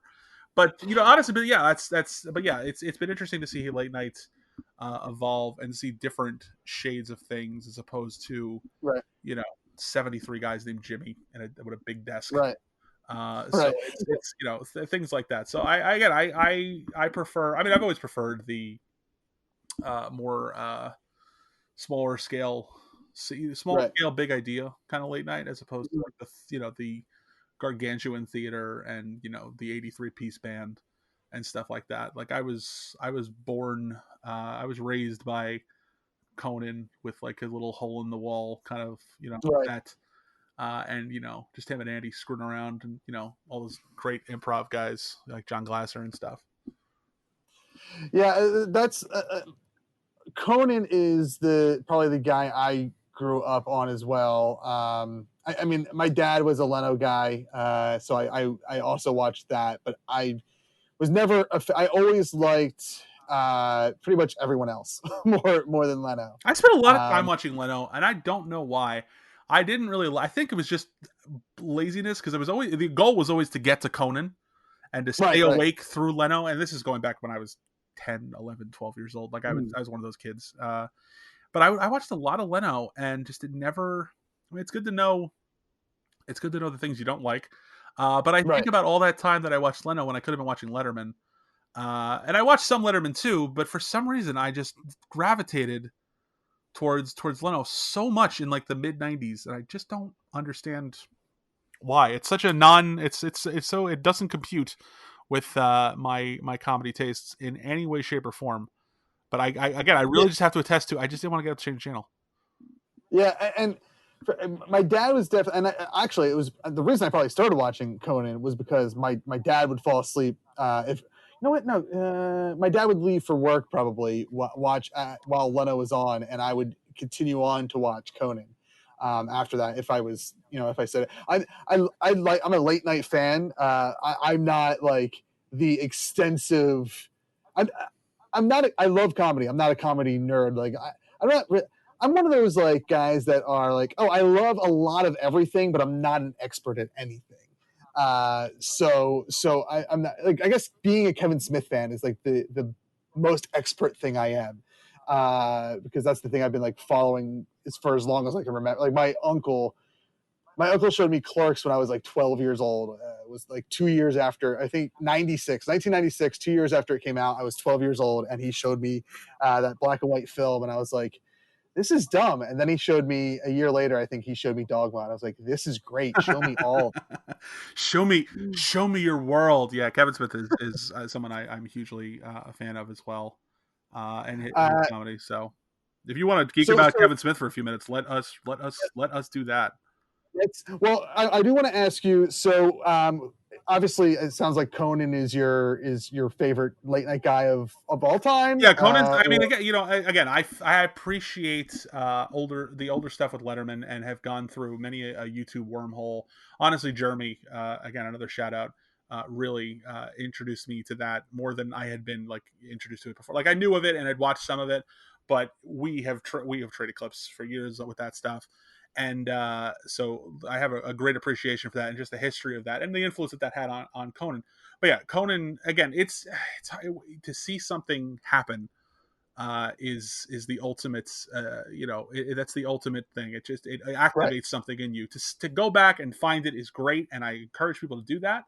But to have seen it and to have been watching it at a really impressionable age, and just okay, yeah, wow, that's so fucking weird and dark and stuff. It's just amazing to experience that. And unfortunately, there isn't. I mean, there isn't a lot of stuff on now that really kind of takes those same chances. I mean, going back and looking at, it's just a different kind of comedy. And now you have Tim and Eric who take their own chances, and it's weird and interesting stuff. But I grew up with the Conan stuff, and with the State and Kids in the Hall and stuff. And it really was, to me. And again, everybody says that about the era that they were raised in, except for people who grew up in the mid 2000s. No, but it's it was really a golden age to me. But yeah, the Conan stuff and the weirdness of that, it was basically. I mean, I was a nerd for this stuff when I was a kid. This was like this was my comic books. Like as I've said to friends before, I used to keep a notebook with like the TV schedule when I was like 11 years old. Oh, wow. I was reading like Entertainment Weekly and TV Guide and like Interview Magazine and shit, and watching like I had no fucking idea that there was this was a job anybody could do. But it's always been a thing that's interested me, and being able to write about late night and talk to people that have been involved in it is like wild, and it's nuts. Yeah, it's such a hugely important thing to me, just because it's not even just the idea of that kind of again. This is why the Leno thing doesn't make any sense, because Leno is such an establishment. Leno is such an establishment comic, and again, it's not. People like him and whatever. It's just he's the man, and it's like Conan was the absolute opposite of that, and it's like Letterman was the absolute opposite of that, and it's like those were like the kids throwing shit at the chalkboard when the teacher wasn't looking. That's the thing I choose to identify with. It's always been the thing that interested me most. It's that kind of smart ass thing that I've struggled my whole life. But yeah, it really embodies that more than any kind of thing. It's just that kind of attitude of just smart asses getting away with stuff and you're not getting in trouble. So yeah, it's my favorite thing, and honestly, it's my favorite thing in the world to watch and to talk about and to write about. Honestly, and it's. I love late night in the sense that, like, I don't know why. It's kind of like baseball. Like I should be watching it more, and it's just like, oh, I've been sitting around. Like something I made myself do starting last year was read more. So now I find myself reading at night, or like dicking around on the internet or on social media, and then all of a sudden I'm like, oh, I'm gonna fall asleep, and the next morning I wake up, I was like, damn, I missed like Conan, or I missed. It's all there though, man. That's the great thing. Honestly, like when I was a kid, if you missed Conan that night, oh well. And it was just like, you were never going to see that shit again. Like, again, which was why you had to watch it. And because again, with Conan, it was like, oh shit, they're doing a claymation show tonight, or fucking like, what are they doing with Abe Vigoda?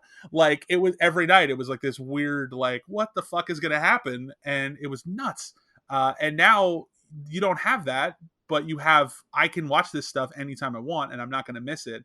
So it's just always there for you, which I find a great comfort, that I know that when we finish this show, before I go to bed at some point, late in the morning, I'm gonna, which is another thing. Thanks, late night. Thanks. I literally never fall asleep before 2:00 in the morning, before later, so I can watch Greg Kinnear back in the day or whatever on later until 1:30 in the morning.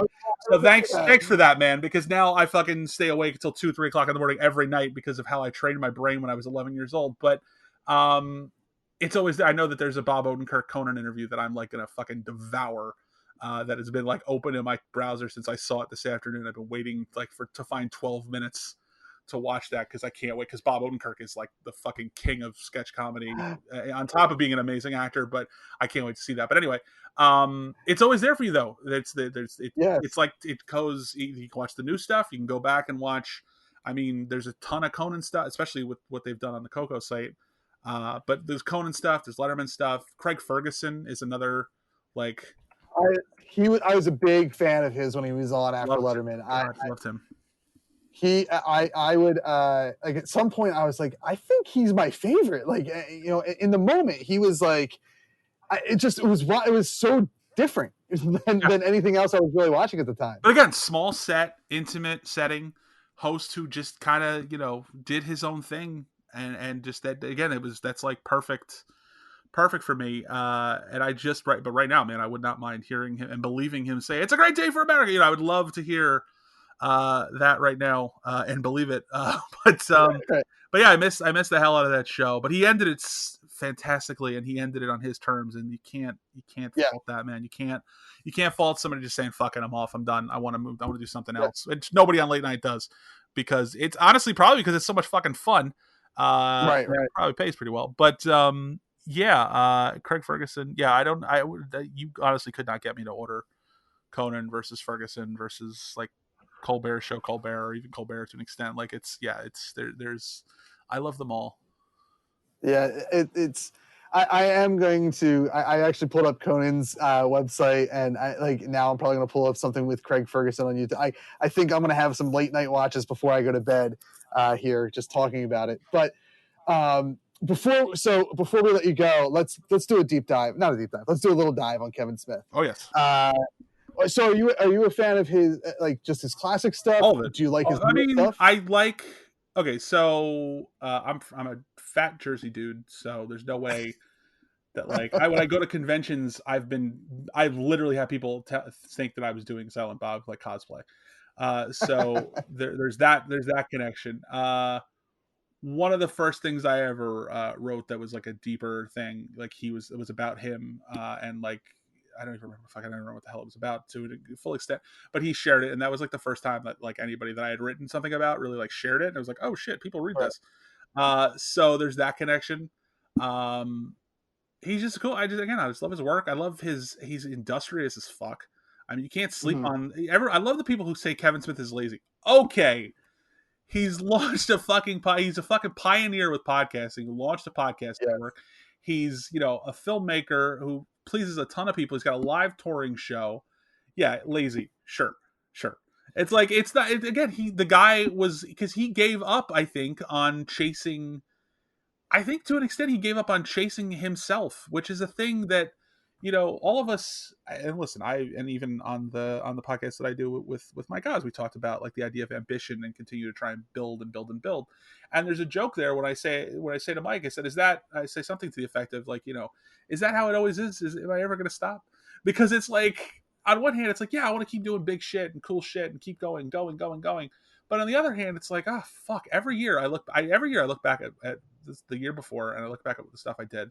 And it's like, shit. Because like, I remember when I was a little runt, writing like a list of like people I wanted to interview and stuff I wanted to do. And I've done a lot of that stuff. And again, I sound like an asshole again. But I continue to keep doing cool shit. It's really fun. And it's awesome. And I love it. And I feel super grateful that I get to do it. But to an extent, it's also like, fuck, when's it going to be done?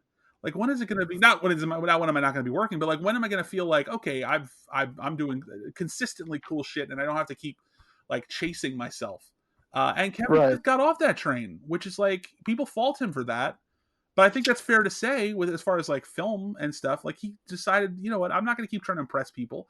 I'm gonna make shit that makes me happy and makes these millions of people or thousands of people, whatever, that listen to my shit and buy my shit, and I'm just gonna make shit for them. Like, I don't need to. I think he realized before a lot of people the niche culture, and that you don't have to keep trying to be some vision of what people think you should be or craft a career that they think you should have. You create he's lucky, and that he's in a place where he can, be successful, feed his family, and, probably Muse, and and it makes shit that he enjoys without having to fucking scrape the the confines of his soul to find like the thing that pleases me, the critic, some Right. jackass or whatever. So that's cool. I get whatever. And I know he takes a lot of shit because he went against critics. And I really never understood Right. that fight per se, the whole screener thing or whatever. Mhm. It was an odd hill to die on, but Right. and honestly, in the end, I don't think it was worth it because honestly, I think most people would just kind of shrug and just let the dude do his thing, if not for that. But I think a lot of people still have a little bit of rancor towards it, which I don't get. And Right. I've written about him a bunch, and I still enjoy his stuff. I've interviewed him a couple times. He's cool. It's he's just out there in the world creating his shit for himself and the people he likes. What is the harm in that, really? I think a lot of people have a problem with celebrities not acting how they want them to act because I think they put themselves in their shoes and be like, oh man, if I could make movies, I would never say no. I would make every movie. It'd be the coolest thing. And it's like, would you though? If you had your regular job and you made enough money that you could like stop stressing all the time and just kind of hang back and go at your own pace, wouldn't you? I would. Right. Yeah. It's like the people who win the lotto and then say they need to get a part-time job because they're going to lose their mind going stir crazy. It's like, well, right now these times are proving, we can endure those kinds of things. But anyway, back to Kevin Smith. Yeah, I do love the ambition though of Red State and Tusk because he tried to do something different, and I don't think he did it for other people. I think he did it for himself, and because he likes that genre of film and he wanted to fuck around in that genre of film, and I think he did a pretty cool job with it. I think Tusk is a fucked up movie. It's so fucked up, and I think. Red State, I'll forever wish that the ending was more bleak and that they'd stuck with where I thought they were going to end it. But again, nobody gave me the money to make the film. As a friend of mine once said, nobody asked you to make Star Wars. Not to me. He was talking about somebody else, but nobody asked them to make Star Wars. It's a good point. Yeah, man, I love Clerks and Dogma and Chasing Amy is still a fantastic watch, and is an interesting film. And Mallrats, I didn't love at first, but I think I was young, and I think I was just going along with the the marching that people were like, oh, this isn't as good, and it's like, oh yeah, no, it's good. Now I've watched it, I find an appreciation for it. But no, again, I can't say enough about this stuff. And honestly, Jay and Silent Bob Strikes Back was fun and surprisingly heartfelt at points. Like the Affleck stuff. Do you mean reboot? What did I say? Yeah, that's the reboot. Yeah, the reboot was really good, I thought. Yeah. I want to go back to Red State and Tusk. I finally, it took me a few watches to like get on board with like, is this a good movie or is it just fucked up? And for me, it's not only is it fucked up, it's also I also enjoy it. Like at first, I was like, I don't know how I feel about this. Red State it took me 2 watches. Red State is, I think, outside of Chasing Amy, probably my favorite Kevin Smith movie. Red State is also the movie least in his style, in my opinion. Like Tusk still feels like Kevin Smith. Red State does not, which to me also is impressive when someone can do that, when they can step out, especially when they've established themselves in such a way. And he is someone who does, kind of go down the road with, he does. He has a way about him. His films have a way. Right. Not he has a way about it. His films have a way of representing him. He has a specific style, and for some people that's a good thing, and some people that's a bad thing. But it's interesting to me when somebody can change that up and challenge themselves. But again, if they don't want to challenge themselves, that's fine too. Like again, Cop Out is not my favorite Kevin Smith movie. I don't know what was going on there. That's not really one that I'm a fan of, and that one doesn't feel like a Kevin Smith movie either per se because of the styling and everything. Right. But again, Red State is impressive to me because of that. Yeah, and Cop Out is, I mean, it's not great, but I also think that had a lot to do with like maybe the studio and also the actor. No. I mean, again, going back to the side of like putting yourself in his shoes. Hey, dude, you want to make a movie with Bruce Willis and Tracy Morgan, and here's a bunch of money? Okay, like again, they took a shot. Right. It didn't work. That's fine. Again, right. Bruce Willis, listen, people shit on Bruce Willis all the fucking time, but you know what? That guy, look at that guy's career. Like, I'm probably the longest episode you've ever had. I'm sorry. You probably have to cut the living shit out of it. But no. 3-hour episodes. Don't worry. Bruce Willis, motherfucker made Hudson Hawk, which was like a screwball comedy, like screwball action comedy, right in the midst of like Die Hard fame and all these other broody action films and shit that he was making. Like he made like, what was it? What was that Kurt Vonnegut thing that he made was it Special K? There was like a Kurt Vonnegut movie that he like a story that he turned into a movie. Breakfast with Champions. He has taken some risks in his career. Sixth Sense that's not a Bruce Willis movie. That's Right. He's sure, let's go ahead and make this weird horror film that nobody realizes it's a horror film really until but Bruce Willis again, he takes some shots, so I give him credit for that because he hasn't always been I mean I know lately he's done more what you would expect of an aging actor, actor and star, but there was a time when Bruce Willis took a shot, and Hudson Hawk is a movie that I fucking adore. That is one that, so we did a live show at the Greater Philadelphia Comic Con last year, I believe, called Movie Fixers, where it was me, my buddy, and a guest would come on with a movie that, like, whether we liked it or we didn't like it, we found a movie that, like, let's fix it to make it a better version. And our guest panelists picked Hudson Hawk. And I was like, all right, let me watch this movie. And I want to go back and watch it because I did it a disservice by watching it like at 11 o'clock at night with like a 3 to 6 beers in me. That's the best way. I was very tired. I was very tired and fell asleep. So I need to like give it. I think I need to drink 3 to 6 cups of coffee so I have the energy to stay up and watch it, because I used to be the late night cat where I could stay up to 3 a.m. with no problem. And now, like, I think the kids have finally beat me into being a morning person, because oftentimes it hurts sometimes to keep myself up to like midnight. Usually about 11:30, I'm tapping out. See, I'm so offended that you don't like Hudson Hawk. I didn't say I didn't like it. I said I fell asleep. But I want to get even worse. But you know what? It's like, okay, so that movie, who is that movie for? Like, I try to think about intent with stuff like this, like especially movies that like everybody says are terrible. What was the intent behind it? So they wanted to make a movie that had a feeling, kind of spoke to like the Bob Hope, Bing Crosby road movies to a certain extent, and like Sinatra's style to a certain slight degree, probably more in the Bob Hope, Bing Crosby range if I want to sound not like a moron. But there is a history to that kind of screwball, wink at the camera, guy getting away with everything kind of thing. Again, it's fun, and then you loop in the whole Bruce Willis action god thing, and they're going to Rome and stuff, and there's like, oh god, it's so quirky and charming for that to have been a thing that happened in whatever it was, 1989 or 1988, for however much money that must have cost, because again, Bruce Willis at the height of his powers and stuff, and being able to get that movie done. God damn, I love passion projects because they go to such weird places sometimes, and that's probably one of them. And oh man, it's so charming for what they try to do. They didn't take themselves too serious. Again, things that don't take themselves too seriously. Think about all the action heroes from that era. Bruce Willis was really the first one to like fuck around with it. Like, yeah, Arnold Schwarzenegger did Last Action Hero, and Stallone. Well, Stallone actually too, with like Oscar, and then Stop or My Mom Will Shoot to an extent. And I don't know. I don't know if he was in on the Tango and Cash jokes, but Jesus, I hope he was. But that kind of thing. But again, it's just boy, I just sound so romanticized by Hudson Hawk right now. You're selling it to me, though. I love it. It's a great, again, it's a great shitty movie. I loved it since I was a kid. That and like Tango and Cash are like two of my like all-time favorite, like probably not the best movies, but again, they have so much charm to them, right? Because of their simplicity.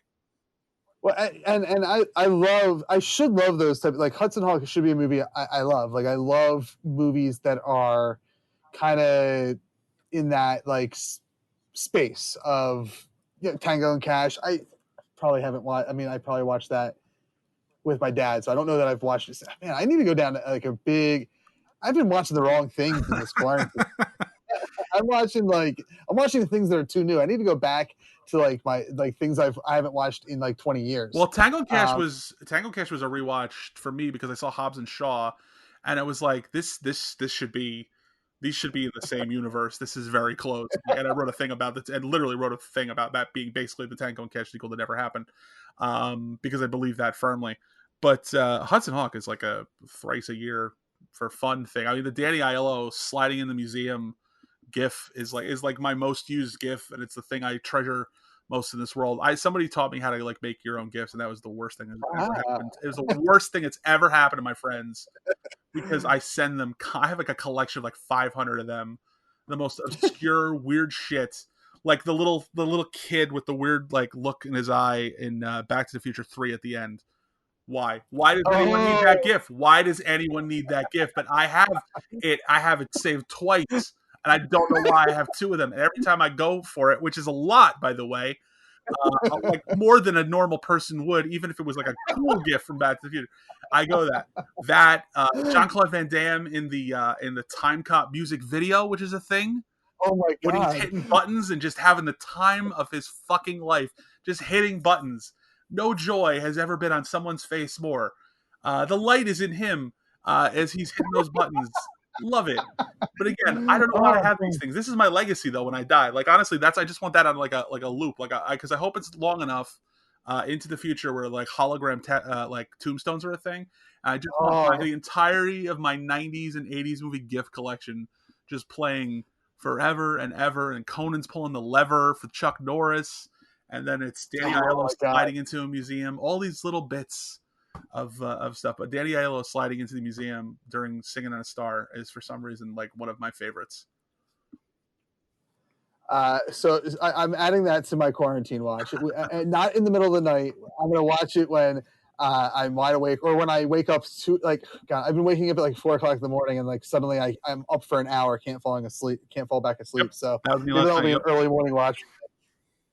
But yeah, going back to the reboot, Jay and Silent Bob reboot, I have, like any movie I watch, I have my criticisms of it, but it is all, anything I have an issue with that movie, which is very little, is worth it for that Ben Affleck Jason Mewes scene, where it is probably one of the most heartwarming things I've seen. Plus, you're a father, especially like from a. Plus, you're a father. Yeah. Oh, yeah. There's another layer. Like I just thought it was like wow, but for a father, I know I have friends who have kids, and it's like that hits them at a whole nother level. Yeah, definitely. It's amazing. It's something that I don't know that I've definitely. I mean, it was probably admitted to on episode 1 of Everything Is Awesome, but something that I haven't mentioned in a long time is becoming a father changed me like 180 in emotions. When my fiance was pregnant with our son, my first child, we went to go see the Muppet movie with Jason the new Segel? one. Jason Segel. Jason Segel. We went to go see that in the theater, and at the end, there's a monologue Kermit has about like friendship or something. And I break down and cry in the movie theater watching that. And my fiance turned and looked at me, and she's like, "Are you crying during the Muppet movie?" And I was like, "Did you hear his speech?" And like that's not the worst movie to cry at, though. It's not like she said, "Are you crying during Terminator 3 Judgment Day?" The robots, they were friends. No, I don't even. Yeah. I want to say, like, before becoming a father, like, I would cry. Honestly, Chasing Amy was probably one of the few movies that would like hit me emotionally. And now it's like, I mean, it's not about what's going on the screen necessarily. It's about you and what you're going through. Oh my god, the biggest tears I remember Kevin Spacey, Haley Joel Osment movie called Pay It Forward, and walking out of the theater at the end with the candle scene, which is such emotional terrorism. And it's like me and my father both started crying. And my father is not a crier. And like seeing that and going like, oh my God, like we're both like breaking down. We can tell no one about this until I'm on a podcast 20 years later. But it's that again, it's like why? But like even stuff like, oh God, the bear in AI, Teddy at the end. Oh yeah. Ed, oh fuck, just like a wash harpoon to the heart. My God. But yeah, man, I'll tell you what though, and honestly, this is the first time I've had this thought, and I can almost assure you, this is the first time anybody's had this thought on Earth. Thinking back about that Kevin Smith scene in Jay and Silent Bob makes me wish Kevin Smith would make a sequel to Jersey Girl, because I want to see the guy who wrote that scene and the guy who played that scene at the kid's wedding or whatever, because like that would be such a like. And again, that's more emotional terrorism. But for like, and I'm not a father, but for dad fans of Kevin Smith, oh my God, a bunch of weepy 40 somethings in the aisles. Yeah. That would be just the tissues would run out if Kevin Smith did that. But again, it's he spoke to something that obviously is in his heart. And Right. you're never going to get bad work when you have something like that. You're going to get you're going to get something that's going to feel real. So yeah, I wonder what that would look like now, even though they can never make that movie without George Carlin. Yeah, which And is a I don't shame. hate that movie. I don't. I've watched it. I don't love it, but it is a little. It's a tad. It definitely takes a jackhammer to the heart, and aims to do that. But it's definitely over sentimental in spaces. But it's also there's some charm. The whole him and Liv Tyler thing is charming. Yeah. Can't deny it. It's actually now that we're like talking about Jersey Girl, and I liked the movie when I saw it. Obviously, same. I have the same feelings as you do about it. It's not my favorite, but it's also like I don't get the hate that it has. I did not like it when I saw it. I remember not liking it when I saw it. Like really, it's fine, but it wasn't like it was not. Certain movies you go in with an expectation. Okay, yeah. Right at that time, like I remember. I don't forget Ace Ventura 2 and being like, "What the fuck?" 12 years old, like this is shit because I was a very informed critic when I was 12 years old. But it wasn't, it wasn't the magic of the first one, I guess, or the intellectual height of the first one for some reason. But you go in with like, especially when someone's on a run, and you go watch those films and it's like, this is not what I thought I was getting. That's a lot of Jim Carrey movies that everyone loved when they first came out. I did not. Like, the Cable Guy, I was not a fan of it for years. I didn't get it. Same. I didn't get it. I did not get it. Now I understand it, and I get that it's darker brilliance. I did not get it at the time. At the time, I was like, Mask number 2, let's go. Alrighty then. And then it was like, what the fuck? Is he singing Jefferson Starship? What the hell? Yeah, I did not. Or whatever. I did not understand it. But I was 13. Yeah, an idiot, and I'm still an idiot. But I'm not 13 at least. But I don't think I've seen Jersey Girl as a father. So I think like a good experiment would be to go rewatch that movie now as a father. Because I enjoyed it when I saw it before. You're gonna, but I wonder if it hits differently as a father. You're gonna cry until you're dehydrated. maybe. Okay. On that note, on this note, I think we can end the show. We've talked about. Let's see. I got my to talk about on every episode of Everything Is Awesome. Kevin Smith and Batman is checked off, and I have some good recommendations from you to catch up on with some old late night stuff. And I will. I think last time I checked, Hudson Hawk was on. I think it was on Crackle TV. Oh gosh, I don't know. When I mentioned Crackle before in the conversation, that was absolutely a joke. I believe that. No, sorry, I thought I lost you. No, I'm here. Yeah, no. I think it's on Prime. Was the last place I watched it, but I have it on DVD, and I have the paperback novelization as well, which is one of my treasured shit. All right, so it's Gonzo, the Jordans, and maybe the Hudson Hawk novelization. If I'm being honest, yeah, I think that's a three-way tie now. Shit, like I said, man, you're turning me into Steve Martin. I'm just like, and then the Jordan. I can't live without any of this stuff. It's again, as you said, taking like things that have a pulse out of the equation because obviously they're first, and I got a lot of those. I know, man. Hudson Hawk hard beats for me. But I'm looking at my desk because I think I have all my Kevin Smith in action figures in a box in the attic. I mean, I guess I would have to go up there and get them because I do love them a lot. But I'm staring at my droid that I built at Galaxy's Edge and my little mini shoulder Groot, and I think they're the two things that I would grab real quick on my way out. If I have the arm room for it, with the Saint Bernard, the Sheltie, the two kids. I think the idea is they get out first, and then these are the things you might risk going back for if it only meant like a little bit of smoke inhalation or like a slight burn, ouchie, not like beams are falling. Because then, and considering that there's like windows within like 12 feet of me, I could easily hop in and out and get my treasured droid, and my lightsaber and my Groot. Yeah, what lightsaber do you have? I have it's the elemental, with the purple blade, and then I also bought a yellow crystal. Nice. I have one of the old master replica ones, like this Luke Skywalker one, but unfortunately the battery like rotted, so it doesn't light up. I gotta like replace it at some point. I believe I actually may have had I think I had that one, and at that time I had it. I was like, I only had it because Star Wars lightsabers are cool, but I didn't realize how much I loved Star Wars until the trailer for Force Awakens. When that trailer first dropped, I got goosebumps, and I realized I love Star Wars, and it's ever been like my uncle, and I've told this story, so my listeners, I apologize, but you're going to hear it again. My uncle passed away in 2016 to cancer, but he was the guy who introduced. He was only 16 years older than me, so he was more like an older brother to me, and he introduced me. The memory I have of Star Wars, the first time I watched it at probably like, I don't know, 8 or 10 years old, if not younger, was watching it. And when the Tusken Raider pops up and knocks Luke down, I get scared shitless in that scene when I was a kid.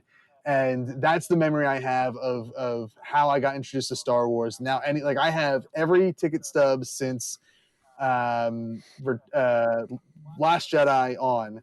I've always bought 2 tickets, because my uncle wasn't able to go with me, and I just keep the stubs in my car. So that's awesome. The show. Okay, so you gotta keep. So that's okay. That's in your car though, so you don't have to go back and get those. No, the ticket stubs. I mean, and really, they're just because how that type of paper works. It's just a black rectangle now because it's been in my car, but it's there with a picture of him. But yeah, that's my car. So as long as my car doesn't catch fire, you're good. You're good. I gotta say, my Star Wars thing is I've always liked it to an extent, but I was never my thing. I was more of a Trek kid when I was a kid, but this is gonna make me a villain to some people. But Last Jedi, seeing what someone could do with it, to me it was really like whoa. And then I've seen it to a certain extent in other things. I think what they're doing at Mandalorian is really cool. But seeing what they could do with Last Jedi, and what Rian Johnson did there, I have legit rage over the way they walked back a lot of those things because they were bold as hell. Oh yeah, and also it's just the prettiest Star Wars movie by far. All due respect to CGI Senates and Jar Jar Binks, but Last Jedi with the red sand and the fucking fight with after how it happens with Snoke and everything in the the hall with the red knights and everything. Oh my god, it's such a pretty fucking, oh my god, the shot when the ship gets like cut in half, it's so like it's so ambitious and so awesome. And it's one of those things, again, it all ties back to like late night and shit. I can't believe they let him make that movie with that franchise, especially considering what Force Awakens was, which was kind of a shot for shot remake of New Hope, and what the end one was, which was kind of a lame attempt to keep things nice and safe and not piss off too many people. And Rian Johnson didn't give a shit about pissing people off. I fucking love that. Right. So yeah, the spirit of that movie. I mean, yeah, it's got flaws too, like anything else. But that was the first time I learned that I loved Star Wars, and then seeing the next one was the first time that I knew that I hated J.J. Abrams. it's I make the same comparisons with Force Awakens. Like it is, I've said numerous times, you could literally hold that New Hope together, and it's shot for shot, as you said. Luke is like the Yoda of that franchise. In the sequel franchise, Han Solo is the Obi-Wan. Yeah, but Luke's an actual character in Last Jedi is the thing. Like, he makes choices. He's someone who lives with regret. How is that not? I mean, we could do a whole another 2 hours on. I will stop talking right now. But yeah, Last Jedi is to me like the moment I realized like how much I love Star. And again, I'd seen the other films and played with the Ewok Village when I was a kid and all that stuff. But that was the one. It was like, when you see the potential of something, again, to be somewhat daring and unexpected, and to really go to new places and also reach to new. Again, I feel like they never. I get really into the idea of, especially as I've gotten, I really get into the idea of films that allow a lot of people to feel the hero's journey and really just like that kid at the end with Yeah. fucking broomstick is just like, that's the most Star Wars thing, considering the franchise, considering its reach culturally, with toys and with everything, with cartoons and all this stuff. And it's huge imprint.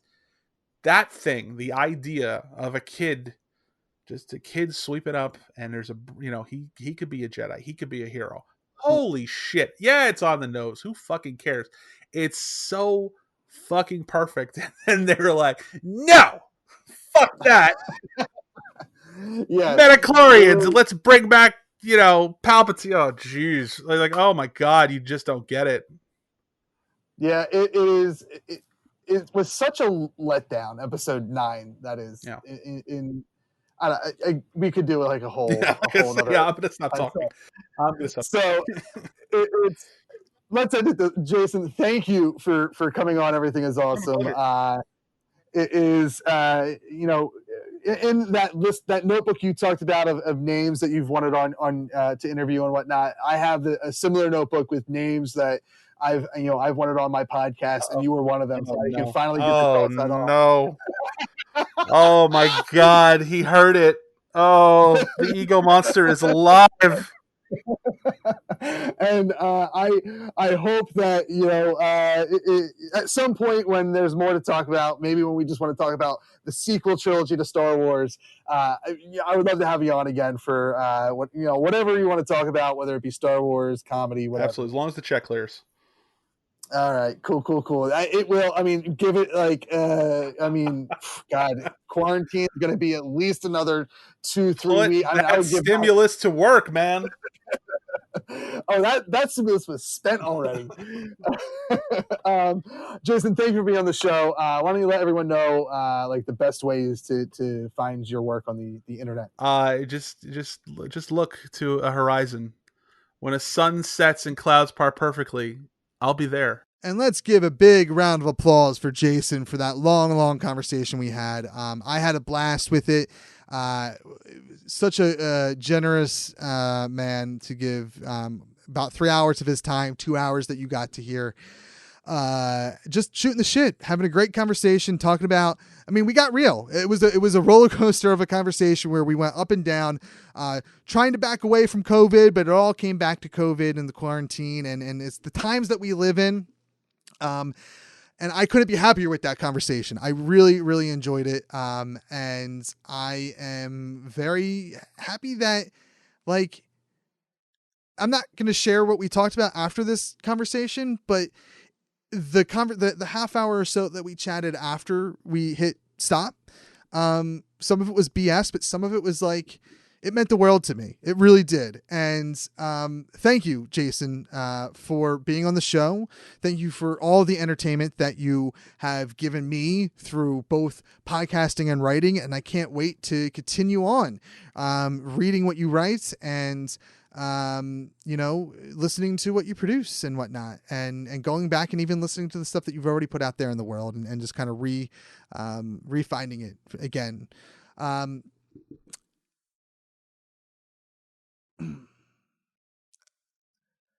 And of course, we got some great episodes coming up. I haven't, at the time of this recording for the outro, I haven't booked anyone else for our Wednesday shows, but our Friday shows, you're going to look forward to hearing Ben Wallace from the Pot of Love podcast talk about Star Wars with me.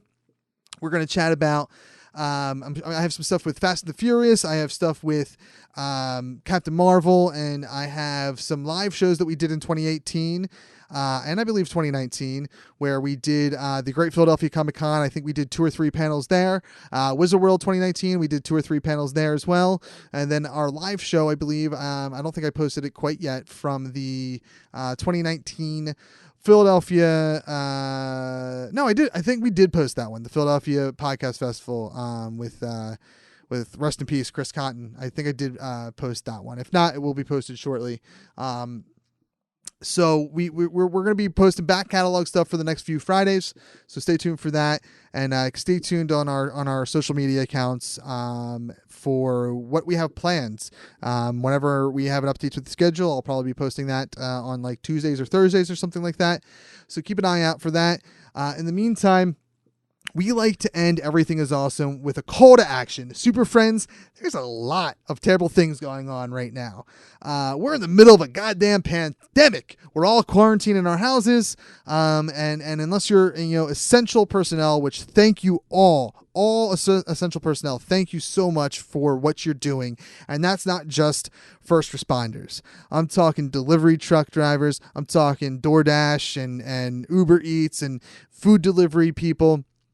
I'm talking restaurant workers. I'm talking grocery store workers. I'm talking the cleaning staffs at hospitals and stuff. I'm talking about the teachers who are working at home. I'm talking about the parents who are at home working remotely. Anyone that is helping society move forward. Thank you so much for everything you're doing. Because of you, I have hope that when we're on the other end of this, that society will still be where it was before this all started, maybe with a few changes with face masks and less handshaking and stuff like that. But it's all because of you guys that I have faith in humanity and society, and that we'll get through this. We will get through this. But there are issues that are probably important to you, and you can find those issues and call your representatives to make a difference. When I call my reps, I use a site called 5calls.org. That's the number 5, calls.org. There, you'll find issue summaries for issues that are important to you, contact information for your representatives, and a script to read while you're on the phone to make sure your message gets across. Calling is quick, easy, and is one of the most effective ways to have your voice heard. And there's plenty. If there's not an issue specific to you that you already want to talk about, you can find something there that matters to you and your community, because that's what we all are on a global scale right now, is a community getting through the COVID-19 crisis. So please find an issue that's important to you. Call your reps about it. We will be getting back into pointing out some highlight issues that we think are worth your time to call about. For now, go to vote.org. We're in an election year. Make sure you're registered to vote, because even if you think you are, you may not be. Make sure that you have the option for a mail-in absentee ballot, because God forbid this thing goes on and we're quarantined any longer. You may need to have that option. If your state doesn't offer that, call your representatives through 5calls.org and beg for that option. It's your right to have that option, to be able to vote and do it safely. And if that means doing it through the confines of our home, through the internet, or through a mail-in ballot, however it is, make sure you can get that right. Thank you to all our supporters on patreon.com/thatnerdykev and ko-fi.com/thatnerdykev. Without their support, we wouldn't be bringing you this awesome episode of Everything is Awesome.